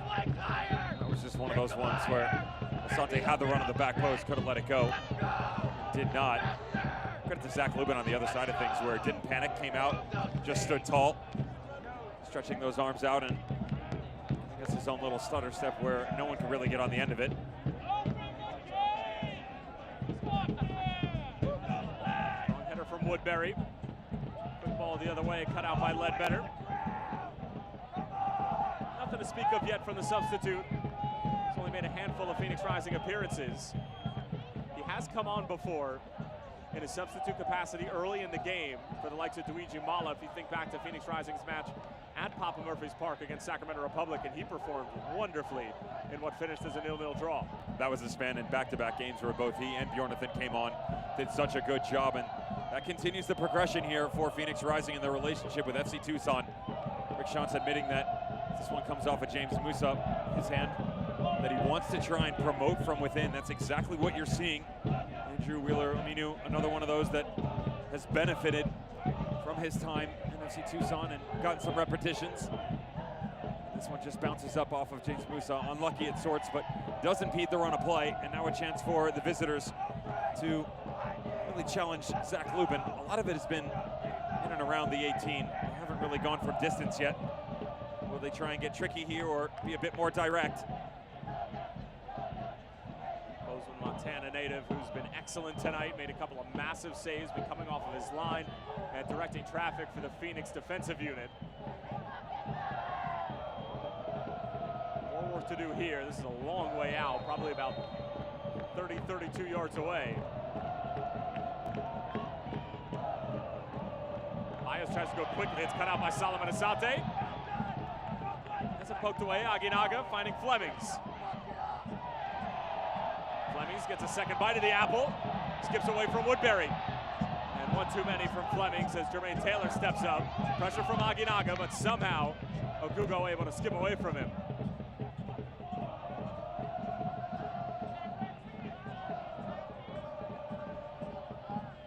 Chris Tierpak getting set to come on for Austin.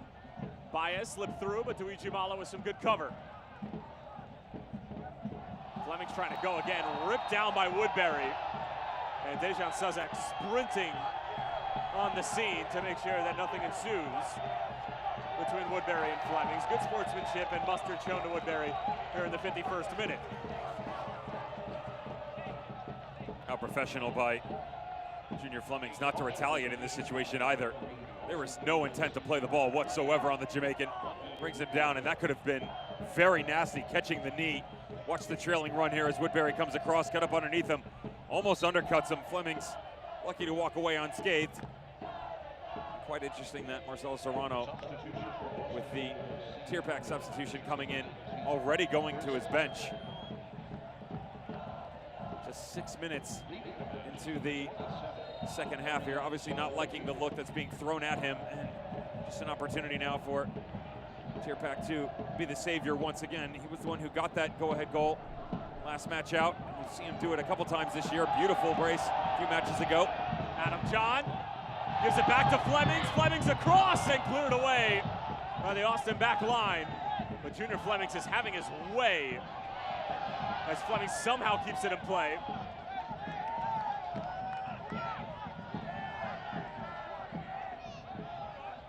Long for Aguinaga. Tierpak pressuring.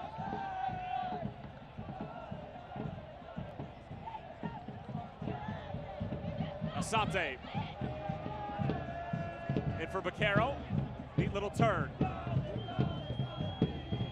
Ledbetter.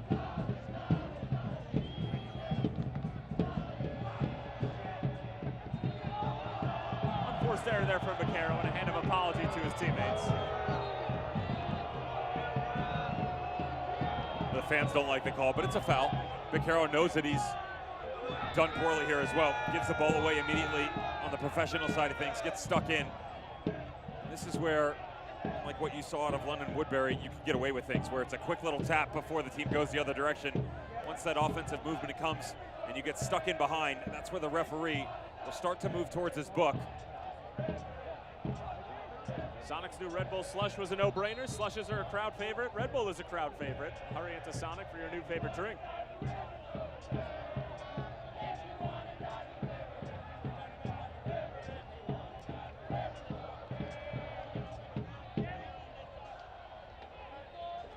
Quality by John Baquero, just walking over to Obi Okugo. Not happy with the challenge on him, though quite polite of Baquero to take the high road on it. You can see him still limping a little bit, Okugo in the middle of the field. Aguinaga lays it off. Solomon Asante switching the point of attack. Flemings looking to go into the path of James Musa. Musa, great first touch. Here's Musa! Oh, that's sensational from Phoenix! Start to finish, Musa finishes it off. His second goal of the year, just his second in a Phoenix kit. Phoenix ever closer to win number 10 in a row.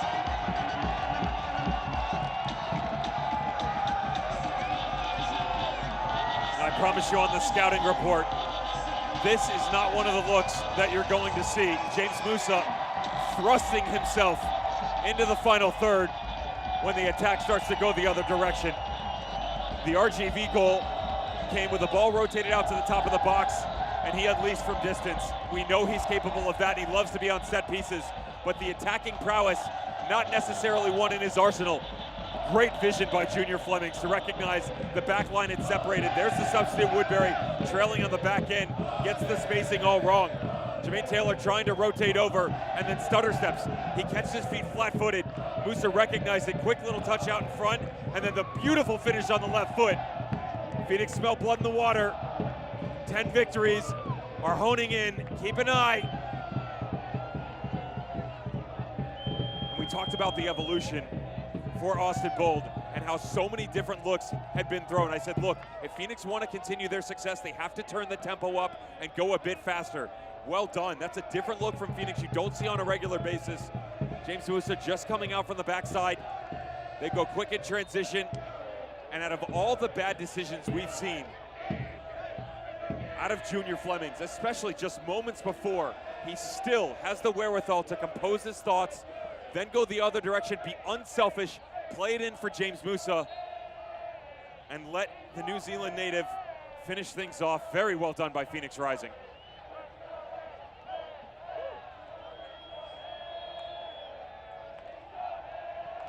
Rolled in by Austin.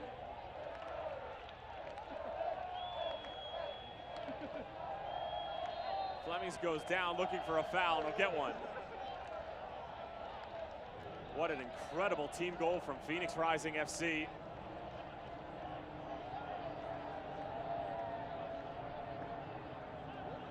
I don't know if you can find any odds on who's going to score in Phoenix Rising games. Solomon Asante probably going to get the worst odds possible, but James Musa, it's got to be something like 25, 30 to 1 at this point for somebody who's going to score for Phoenix. And again, as we talked about, you're going to need contributions from people who usually don't contribute. if you are going to keep a streak like this alive. And getting a goal from James Musa coming out of the midfield off a ridiculous pass from Junior Flemings, who gets credited with his 6th assist of the season. It's usually a bad sign for the opposition.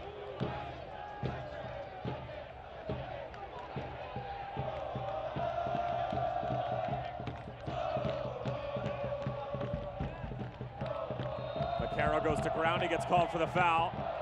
As the Red Fury and Banditos are in full force now. Andre Lima was trying to play quickly, but Dejan Sozak brings it all the way back. And that'll allow an opportunity for Austin to get settled and organized on this set piece. Looking to put dent in this 2-goal lead that Phoenix Rising has accumulated over the course of 57 minutes.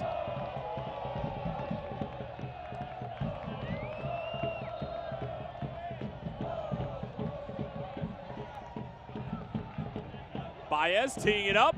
Not a bad effort, takes a mean deflection in front. Zach Lubin barking at the assistant referee, wanting an offside call. Not going to get it. Musa lets it run through. That's really well done. Phoenix oozing with confidence. John over the top for Flemings. Has Asante with him. Flemings over for Solo. Could this be a third? It's Asante! Oh yes, it's a third!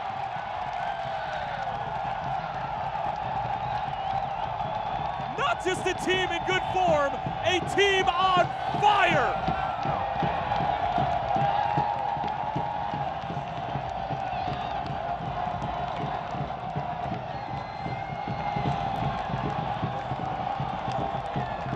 Marcelo Serrano said that if they were going to have a chance tonight, they would have to learn from their mistakes. They are not doing that in the second half.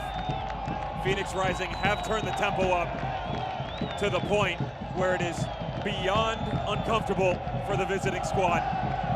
Once again, transitional play in full effect. A lovely little ball that started from James Musa, made its way to Adam John. Cute little flick over. And I really got to give credit to Junior Flemings here once again. Some terrible decision making that is no longer at the front of our thoughts. Good ball, right in through to Solomon Asante, cuts it back across his body. And for the 9th time in 10 games, the only lone event being that RGV 1-0 victory last week, Phoenix Rising have put at least 3 goals in the back of the net. Solomon Asante, his 2nd goal of the evening. Junior Flemings gets a 2nd assist in a matter of minutes. And this is quickly turned into a rout here in the second half. Still a half an hour to play. And it's time for the Sonic Happy Hour, brought to you by Sonic and your new favorite drink, the Red Bull Slush. If a Rising player scores during the 60th minute, one lucky fan will win a $500 Sonic gift card. For more info, visit phxrisingfc.com/Sonic.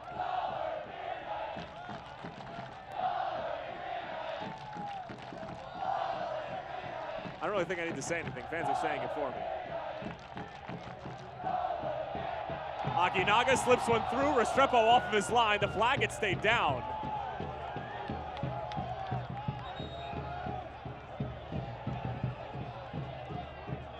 Not much that he's been able to do tonight. Now Calamalis will come onto the scene. There's some frustration on the sideline here. They felt like a substitution was coming, hence why Austin Bold has slowed things down. There is a hitch in the step for Kleber, who looks to be coming off Malice, an opportunity to really put a Band-Aid on what has been a abysmal start to the second half for the visitors. 15 minutes gone, 2 changes for Marcelo Serrano. Unfortunately, 2 goals also followed those changes, and they find themselves down by 3. Just hoping that maybe the Scotsman can help inspire the boys here in the second half in what would be a ridiculous comeback.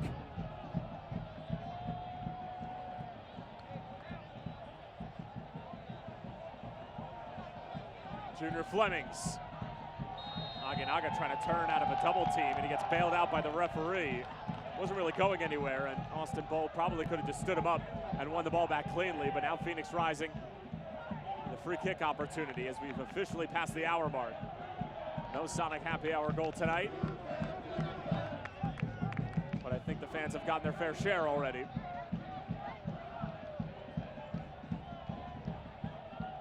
Just the way things have played out for Phoenix Rising in their set-piece opportunities. We've seen Vaquero not afraid to go after Diego Restrepo. Only 2 men on the wall this time. And from this distance as well, though, I wouldn't mind keep the goalkeeper second guessing. Keep an eye on Solomon Asante. Aguinaga can make a run down in the channel here as well. Taxi. Oh, yeah, a fan on the backside who had 2 hands to it, couldn't hold on to it. It's got to be the condensation from all the Bud Lights. And that's the excuse where I drop it. I say, I'll go get it. I end up with 10, 12 Bud Lights in my arms when I come way back. It's an excuse to go to the concession. I'm a people person. I got to make sure I take care of everybody. Yes, I'll go get the Aaron Select ball that's made its way over the stands, but I brought refreshments while you guys are waiting for me. People helping people. It's a beautiful world. It's a circle.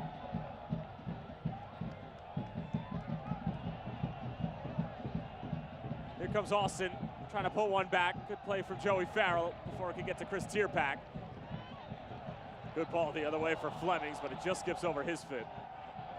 And that's what we've seen from Junior a number of times this year. There have been games where he has not played his best football.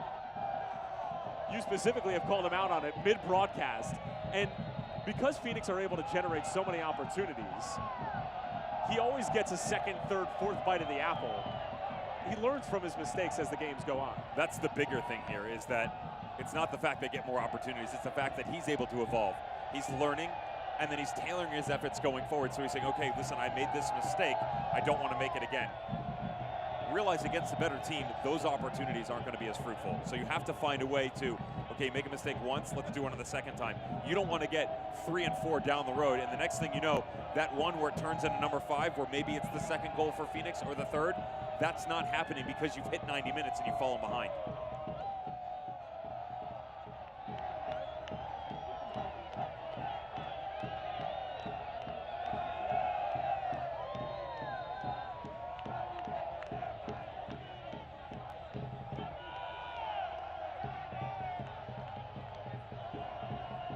Offhide, looks like he might hit it. It'll be Baez straight into the wall. Pinballs off of Jose Aguinaga.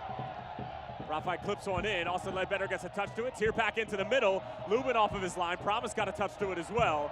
And finally helped along by John Baquero, but only as far as Jermaine Taylor.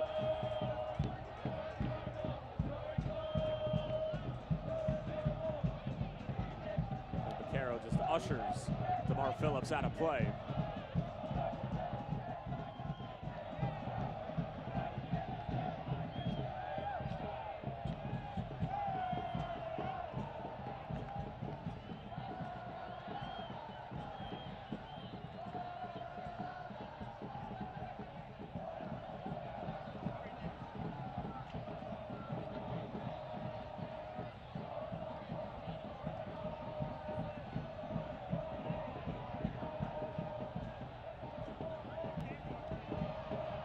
Gets a nudge forward, and then Junior Flemings gets a little how do you do from London Woodbury.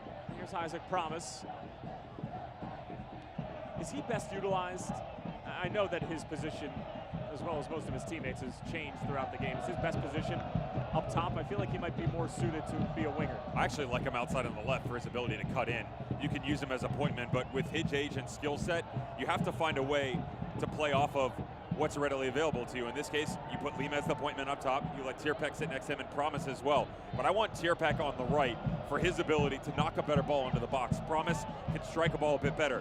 That being said, Chris Tierpak was part of that beautiful comeback at Tulsa Roughnecks in early June 1st to be specific, where he came on as a substitute in the second half, put 3 in the back of the net in about 29 minutes, so keep an eye on him.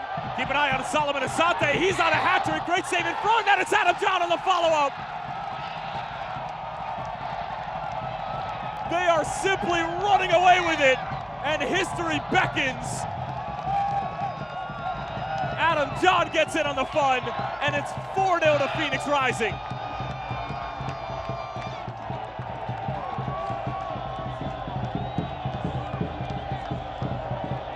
Literally hold my beer.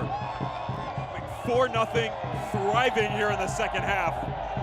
It has been all Phoenix Rising. And sometimes, get away from the tactics, all the storylines. You just have to sit back and watch the display that is being put on in a multitude of ways for the home squad. Look at Aguinaga doing the dirty work in the middle of the field. Great cut back across the body. You're thinking the Ghanaian is going to get 3. But what would it be without a resurgence from your 9 up top and the likes of Adam John. Great job to just continue the run here. Coming on the back post, Austin Bold wanted the offside flag, was never going to happen. And once again, the big three, Junior Flemings, Adam John, Solomon Asante, and for fun, let's throw in James Musa to make it 4.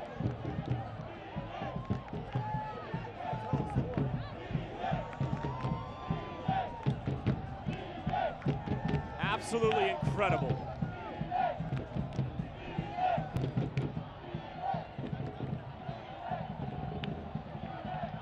Could be more in it for Phoenix as Austin are just time and time again thoroughly exposed. Asante got caught with it.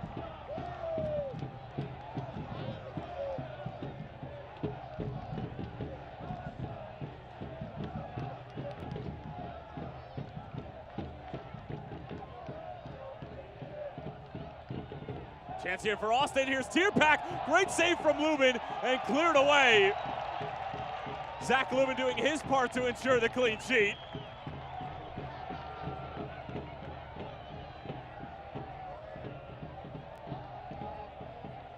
Looped into the area again. Lubin off of his line and picks it out of the air.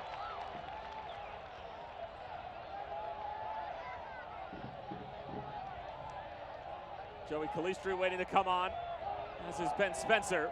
Asante threading it through. Here's Flemings. Junior Flemings tried to go around Restrepo, but there was a last-second touch to it from Amobi Okugo. Musa pokes it through. Here's John. Referee claims that Austin Bold got all ball. John stays down. And Farrell wisely goes back for Lubin, who desperately tries to keep it in play, unable to do so.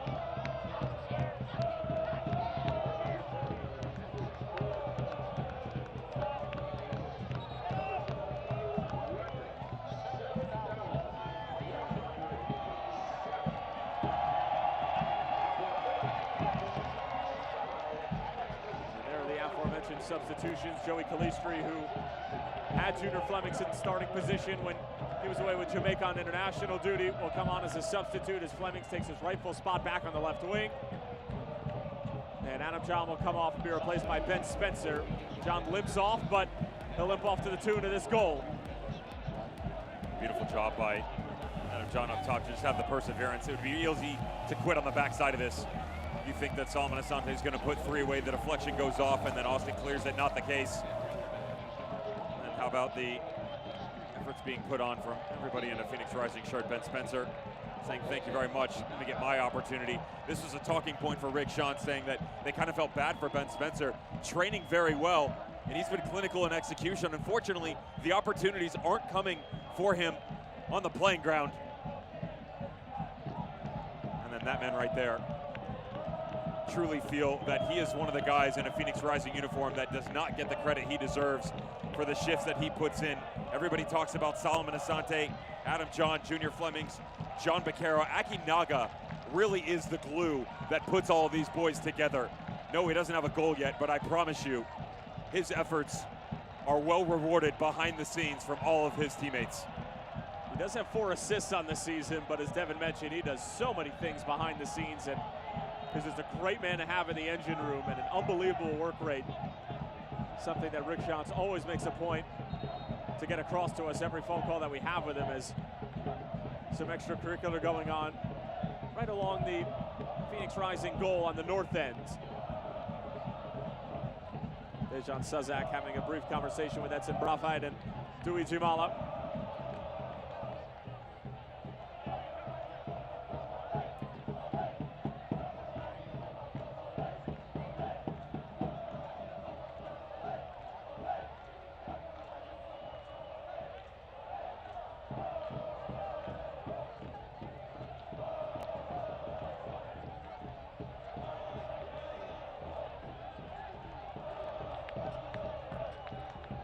Less than 20 minutes remaining now. Phoenix have just thoroughly run away with it at this point.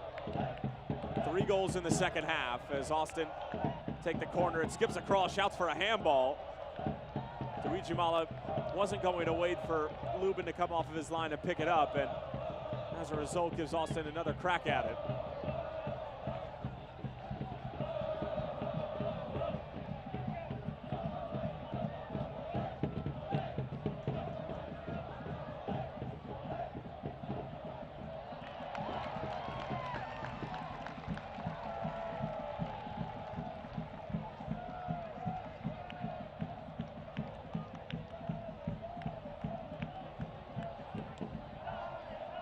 There's a new hero in town, and she's Gotham City's only hope. Batwoman premieres on Your Phoenix CW Sundays this fall.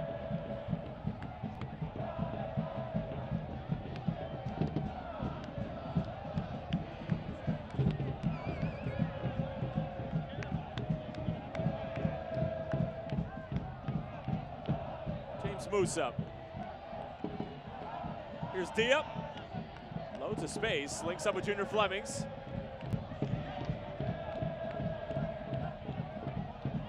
Flemings dinks one in, one by Baquero. Spencer rising for the header. Woodbury didn't get a clean touch to it. Joey Calistri gets absolutely decked right at the edge of the area. That is extremely dangerous from Edson Brafide. And it is going to be a red card. Brafide trying to make sure that the referee can't show it to him, but it's inevitable.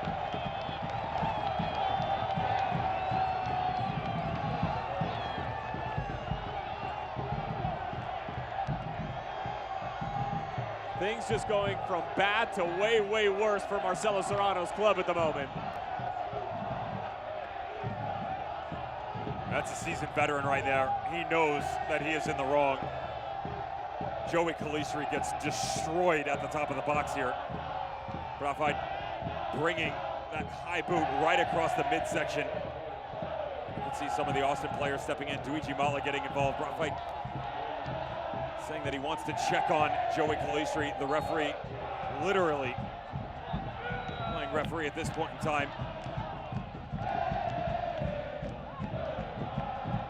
You can hear the Phoenix faithful getting involved as well, and the Dutchman just got out in front of himself here, trying to make a play on the ball. Great sportsmanship coming over. Apologies. When you've got a background where you played for Bayern Munich, 1999 Offenheim, loans with Celtic and Lazio, that's what you'll get out of someone, but that's a really good look. Joey Calistri coming back across, thinks that he has a good opportunity to get a touch on it. He does. Unfortunately, a nasty challenge from Brafide coming back across the body. One of the more direct red cards you will ever see. Credit to him, to be honest, to track back across and say, my apologies, I was wrong. And immediately he knew he had overstepped, and his night will come to an end early. Unfortunately, adding insult to injury, as not only is Phoenix up by 4, they're not going to be up a man with 15 minutes to go.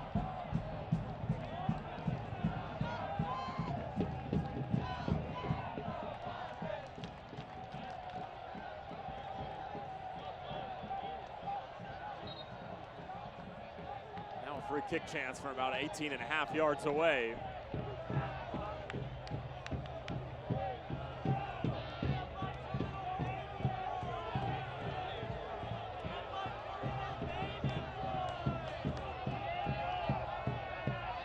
Still conversations to be had with the referee.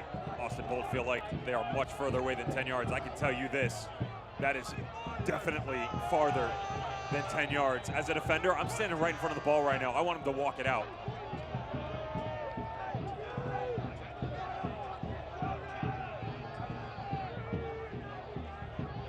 Based upon the way things have gone for Rising on set pieces, I would honestly be shocked if Baquero hits this. The reason I say that is he's already had his fair share so far. Let somebody else step up and have a crack. How about let Dia take it? It's Baquero! How's that for the training ground? John Baquero makes it a Mambo number 5 on Dollar Beer Night.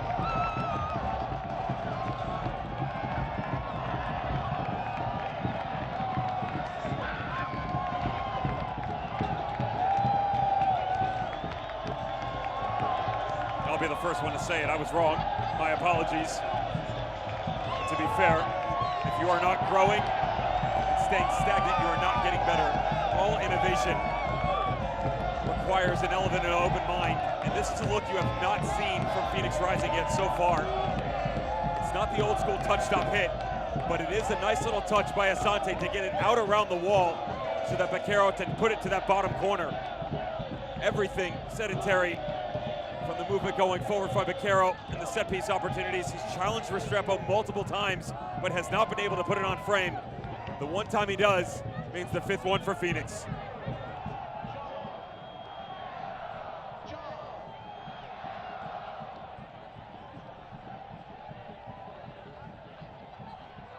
So now Austin Bold down a man, trailing 5-0.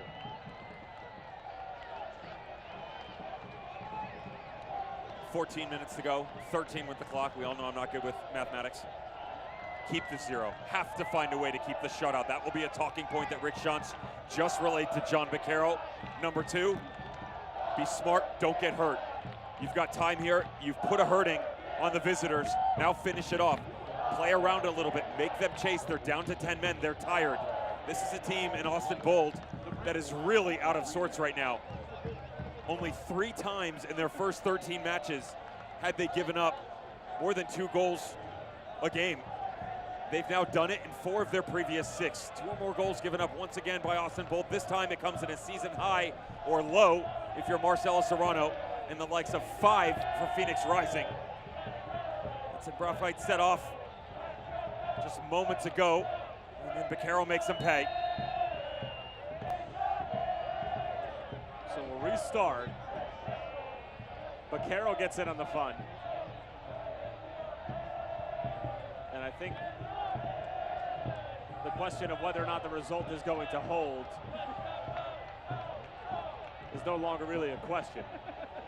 No, the only other thing that Phoenix Rising can top right now is putting 6 in.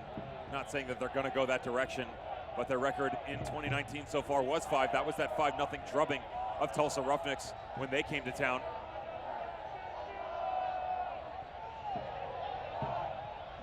Lest we forget another dollar beer night victim, the Roughnecks that night, and Austin Bold, unfortunately for them, following a similar path. And that's the thing, is that when these teams go down against Phoenix here at Casino Arizona Field on a dollar beer night, they're feeling the entire wrath of the upwards of 7,000 people that are here. I have to imagine that one of the keys to beating them, it seems obvious, is Joey Farrell looks like is going to be shown mustard here. One of the keys to beating them has to be get out in front. Make them chase the game. We've seen Portland Timbers 2 try to do it. It wasn't a dollar beer night, but Portland Timbers 2 took a lead. Didn't end up going out the way that they had hoped, but once this Phoenix team goes downhill and they have a lead, they're protecting a lead, and you have to open yourselves up, it just goes from bad to worse. The road woes have been a bit different. RGV did a good job last week of maintaining their composure for a decent amount of time. Unfortunately, we know how that ended, 1-0 for Phoenix Rising. And it is just such a difficult place to come and play. And talking with Marcelo Serrano earlier today, said, what's it like for you guys? He's like, travel's been pretty simple, but it's hot, it's dry, it's stuff, to be honest, we're not used to. This is different weather than what we see in Austin. You combine that with this hostile environment in a positive manner. Obviously, the Phoenix Rising faithful love chanting their group on. And when you don't get out early, the struggles just become an uphill battle the entire time. Felt like the way the first half went, Austin Bold were within striking distance. That rapidly changed at the start of the second half. Spencer, great little touch along for Asante. First time across, looking for Calistri. And it's going to come out the other way. It's going to be a foul.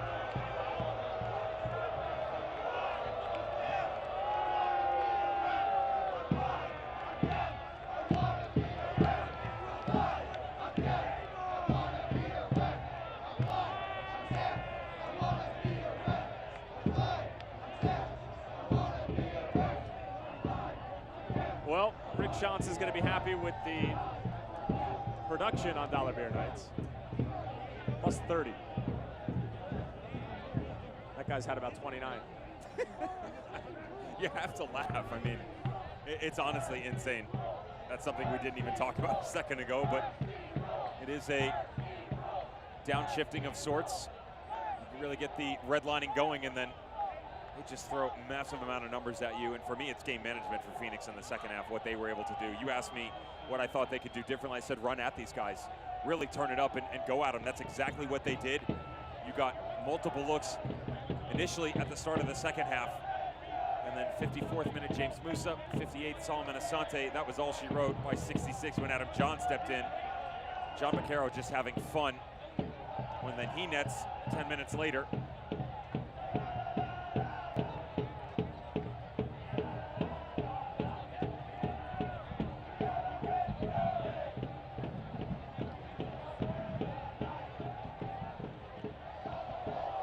Vicious attempt there from Andre Lima.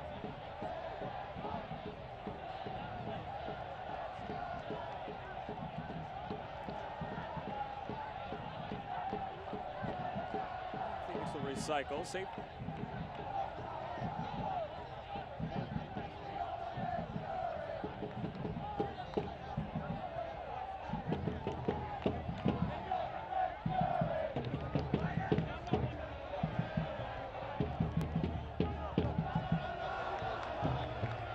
Here's Ledbetter. Time for delivery. Save thousands of dollars when you buy or sell your home. Homie gives you the support to buy or sell your home without charging the 6% commissions. It's a flat $1,500 to sell your home, no matter what the price of the home is. Go to homie.com to learn more.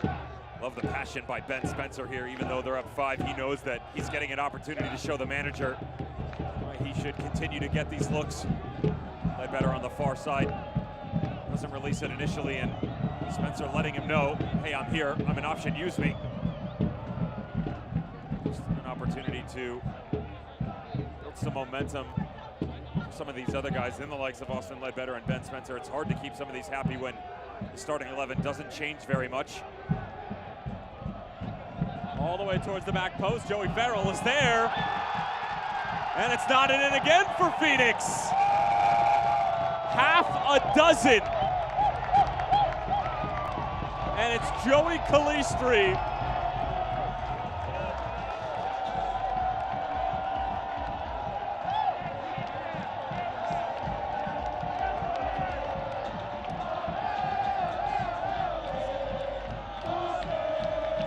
Lovely movement to the back post here. We talked about the training ground movement for John Baccaro and Solomon Asante. Even though they're not directly involved here, watch what they do to the back post. Lovely lofted ball all the way back around. Joey Farrell's going to get in on the act with the quick rotation. There's Amadou Dia and that beautiful little left foot of his. Farrell gets in, Flemings takes a back seat to it. Joey Calistri manages to keep himself onside, drifting all the way back around. Javi Baez, you're put on this post for a reason. He loses the mark. Joey Calistri does not lose it in the lights. And for the third time in a Phoenix Rising uniform, he finds net.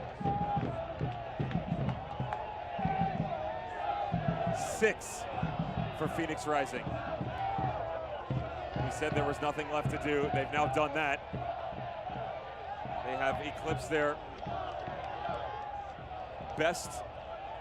And netted 5 against Tulsa Roughnecks. It has now become 6 for Austin Bold. You better believe that their tails are now tucked in between their backside, and they are making their way out of the stadium as we speak, even though there are 5 minutes to play.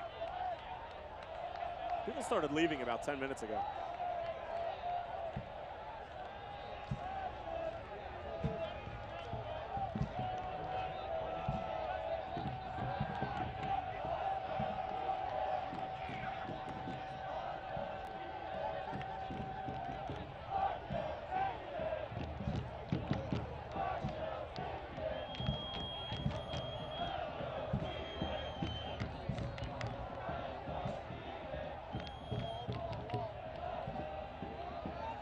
Absolutely ridiculous what Phoenix has been able to do over this now 10-game winning streak. Here's Calistri the other way. There could be a 7th. Calistri going for the curler. Great save from Diego Restrepo. That's outstanding. It's a consolation prize, but it's certainly a glamorous one.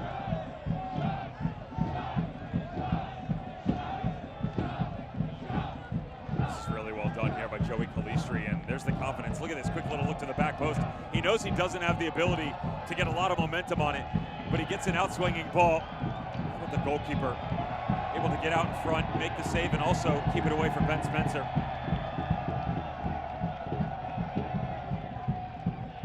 Well, this Bud Light infused crowd wants a 7th. Dia, another teasing ball in. Restrepo gets a punch to it. Baccaro trying to take it on the first time.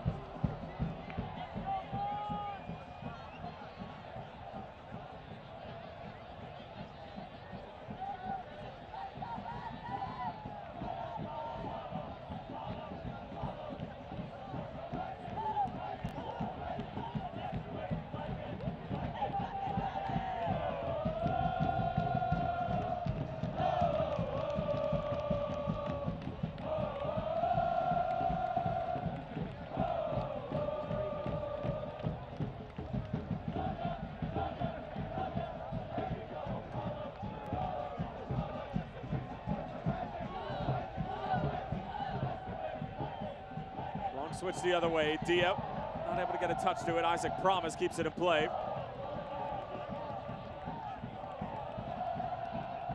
Austin looking for any sort of saving grace to bring back to the Lone Star State.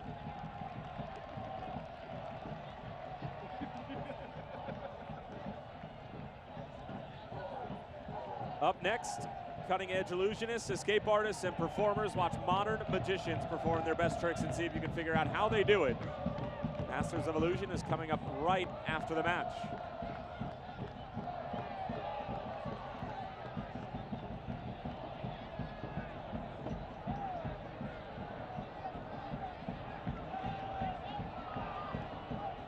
London Woodbury got a touch to it before Junior Flemings could threaten for a 7th.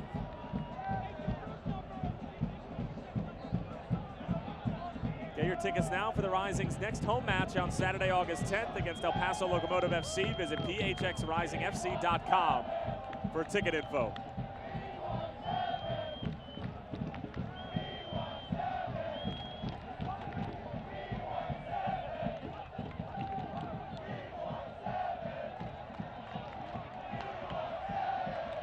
Here's Flemings, already 2 assists tonight, looking for his goal. Flemings, and he almost gave the crowd what they wanted. Chance of we want 7. And Flemings just wide of the far post.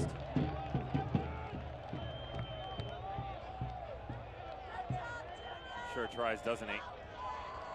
Junior Flemings wants to tuck this to bed, can't get it. And you have to feel for the tired legs that are Austin Bold. I mean, you reach a point in time where 6, the 0 is still there. Well, they have to see it out. The tactical adjustments that are made, and still things continue on.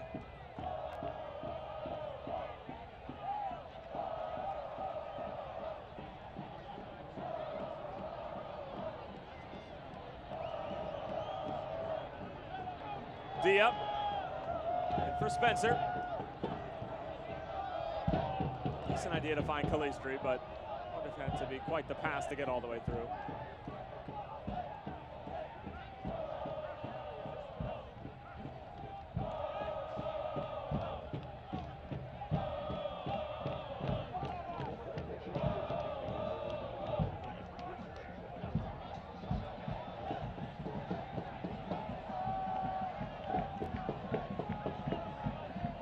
Spencer wants it.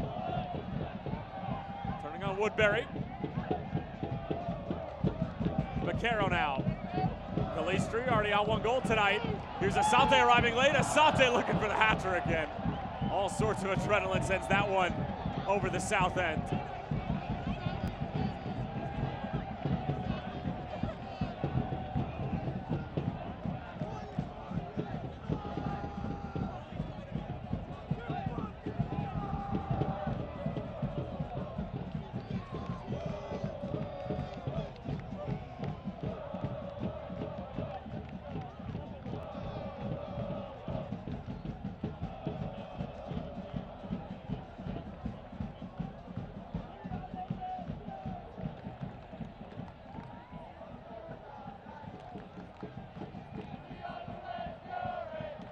Promise. Lima. Lubin calmly off of his line. 3 minutes of stoppage time.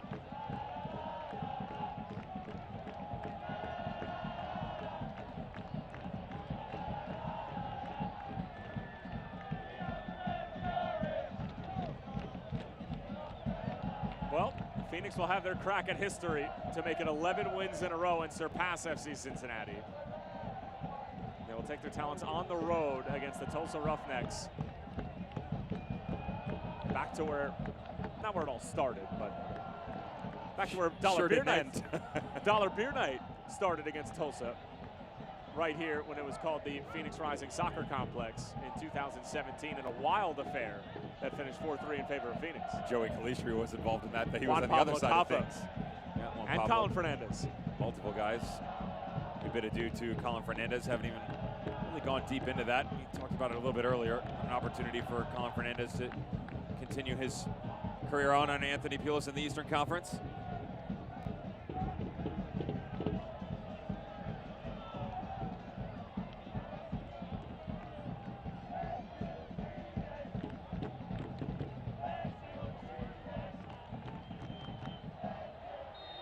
Clear pack is offside.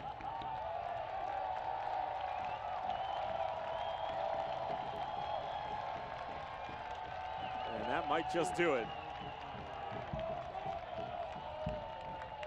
I'm looking at you, and you're just shaking your head at me. There's nothing to say, honestly.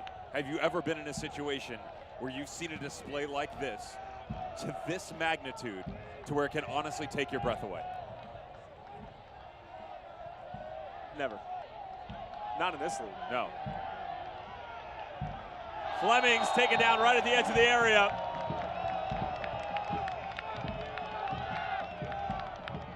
And it could be another sending off, depending on who's going to get called for the foul. There were probably two different players who could get called for it. Shocked that he doesn't pull a card here. He's just being nice, to be honest. If he gives it to Javi Baez, he'll get his first. London Woodbury was involved in this as well. And to be fair to the referee, that is quite nice that he doesn't cause more emotion to the game. Smart management just down the stretch here. Because Brophyde misses the next game. It's not like he just gets sent off in an affair that's already done and dusted. I mean, that affects Austin going into the next match. We talked about the Phoenix coming in, that they're playing 3 in the top 6. Including tonight. Including tonight, 3 in the top 6 over their next couple matches. Austin's got a rough run of it as well. They now have to go home, take on Fresno, New Mexico United, who's getting their people back. They're out of Open Cup. And then OKC just a few matches later. So they're in a similar boat. And we have to do it without your big center back, a guy who had some visa issues, couldn't get on the field. He was one of their first signings. And finally getting an opportunity to showcase himself. Here's Ben Spencer. And that's going to do it full time. Phoenix Rising FC make it 10 wins in a row. They draw level with FC Cincinnati for the USL record. They'll have a crack at the Tulsa Roughnecks and at history in their next match. They're 12-0-0 on dollar beer nights. They have a ridiculous goal differential in their last 10 games on dollar beer night overall. A masterclass performance on a night that was just loaded with storylines. And the headlines remain in Phoenix's favor. Solomon Asante with a brace, James Musa got involved, Joey Calistri, John Beccaro, Adam John. Half a dozen against a side that is just one of only 2 teams to defeat them this year. But that was way back when we had no idea what the potential of this Phoenix Rising side is. A stark difference from the last time that these two sides met. And we'll take a look at tonight's Mobile Mini men of the match. Yes, you heard me correctly. Devin, this entire team, they deserve it. 18 players, but it's much more than that. It's the fans, it's Rick Shantz, Blair Gavin, Peter Ramage, Corey Robertson, Brendan Hodge coming on, helping out Fallen and the likes of Dumbuya. All of them have bought in to a system and philosophy that have been on a ridiculous display over the past 10 matches. No shortage of that tonight. Everybody hold their head up high and beyond. And the most interesting thing is, if you go talk to them right now, they're not talking about 10 in a row. They're talking about this game, what they just did. They're already on to the next match and how they can continue this beautiful run of form under that general manager right there. 10 in a row. 6-0 against Austin Bold FC. They remain perfect on Dollar Beer Night. Enough said. Well, not yet. We'll have more to say when we come back for the break.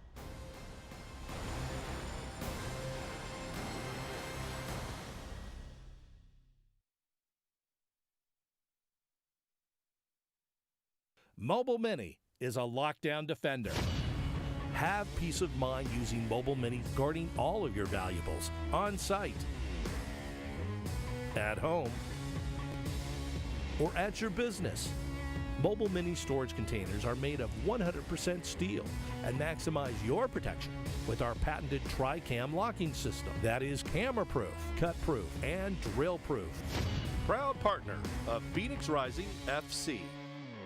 We're Carvana, the company who invented car vending machines and buying a car 100% online. Now we've created a brand new way for you to sell your car. Whether it's a few years old or dinosaur old, we want to buy your car. So go to Carvana and enter your license plate, answer a few questions, and our techno wizardry calculates your car's value and gives you a real offer in seconds. When you're ready, we'll come to you, pay you on the spot, and pick up your car. That's it. So ditch the old way of selling your car and say hello to the new way at Carvana.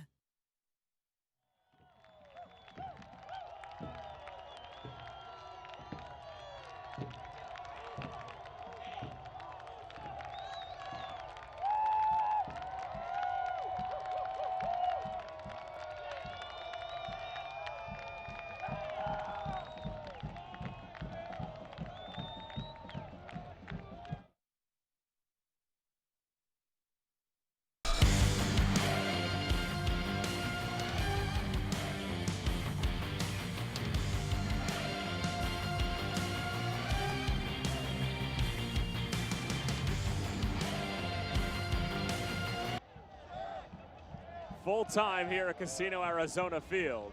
And after about the 66-minute mark or so, it was sort of always never a question as to what the result was going to be. It was always a question of how many Phoenix were going to put in and whether or not they're going to be able to put in the clean sheet as well. Zach Lubin comes away with his 10th clean sheet of the season.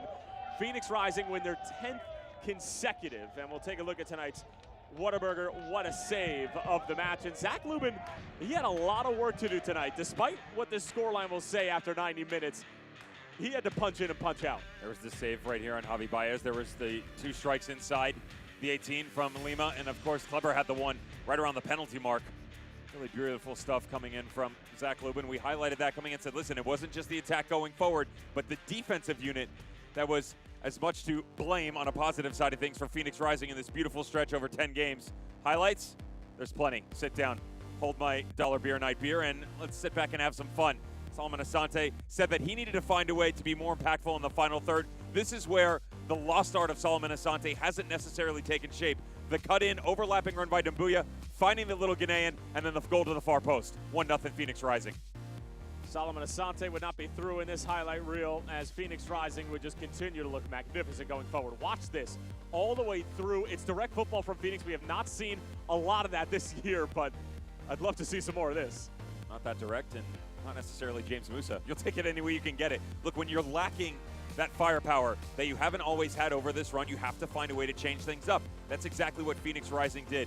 Second half was downhill the entire way. Unfortunately, Austin Bold was going the other direction, and you just continuously found them in spots where their shape was lacking. They were trailing, always trying to play catch-up to Phoenix Rising. That's not the look you want going forward. This man right here, I have said it time and time again, does not get enough credit for all of the hard work he does. Lovely movement in the middle of the field, finds the streaking Solomon Asante, and then just a great job by Adam John to close things up, put it in the back of the net. Adam John now 12 games straight where he either has a goal or an assist. And then John Baquero would get in on the fun as he buries a great little free kick routine from Phoenix Rising FC. And the hits would just keep on coming. You thought they were through. A couple of big players step off. Joey Calistri comes on, and Calistri buries his 3rd goal of the season. And in a Phoenix Rising kit, and that is where the bleeding would stop for Austin Bold FC. They would finish the match with 10 men. Phoenix Rising, 10 wins in a row. 10 wins in a row. And the goals tonight, 9 different Phoenix Rising players had a run of form on those goals. And you say, how is that possible? Well, first of all, they put quite a few in the back of the net. 6 to be exact. You got assists out of Dia, Farrell, Asante, Flemings, twice, and Dumbuya. Goals, Asante, John, Musa, Calistri, Baquero. 9 different players had a hand in a goal. That right there is the stat, and that is why Phoenix Rising men of the match are at the talking point of what should be the entire USL Championship. No real need to take a look at the stats. I mean, the only stat that really matters is the one at the top, 6-0. Here's a look at the upcoming schedule brought to you by Homie Real Estate. And as we mentioned before, chance at history at One Oak against the Tulsa Roughnecks, and they'll be in Carson to take on Los Dos. But when you look at those next 3 games in the second week of August and on, that is where their mettle will be tested. Don't get me wrong, those are 2 tough games on the road no matter what. Any road game in the USL Championship is difficult, but those 3, that'll be big. Some favors to be repaid to Sacramento Republic as well. That was a game that 0-0 draw at Papa Murphy's Park. neither squad really wanted to take the reins on it, and Phoenix Rising want to prove something. They don't have the greatest record against Sacramento Republic on the road. It's a different story at home, and you better believe that that 0-0 is still going to sit in their mind. One of only the few times this year that they have not been able to pump the back of the net. The Bud Night came to Casino Arizona Field, and Phoenix Rising conquered. It's yet another win where dollar beers are flying left and right in the Valley of the Sun. Phoenix put up 6. They win 10 in a row, 12-0-0 on Dollar Beer Night, and will have a chance at history for 11 in a row when they take on the Tulsa Roughnecks next weekend at One Oak Field. For our entire crew and Tyler Terrence, so long for now. This copyrighted telecast of the United Soccer League Championship cannot be retransmitted, rebroadcast, or reproduced without the expressed written consent of the United Soccer League Championship.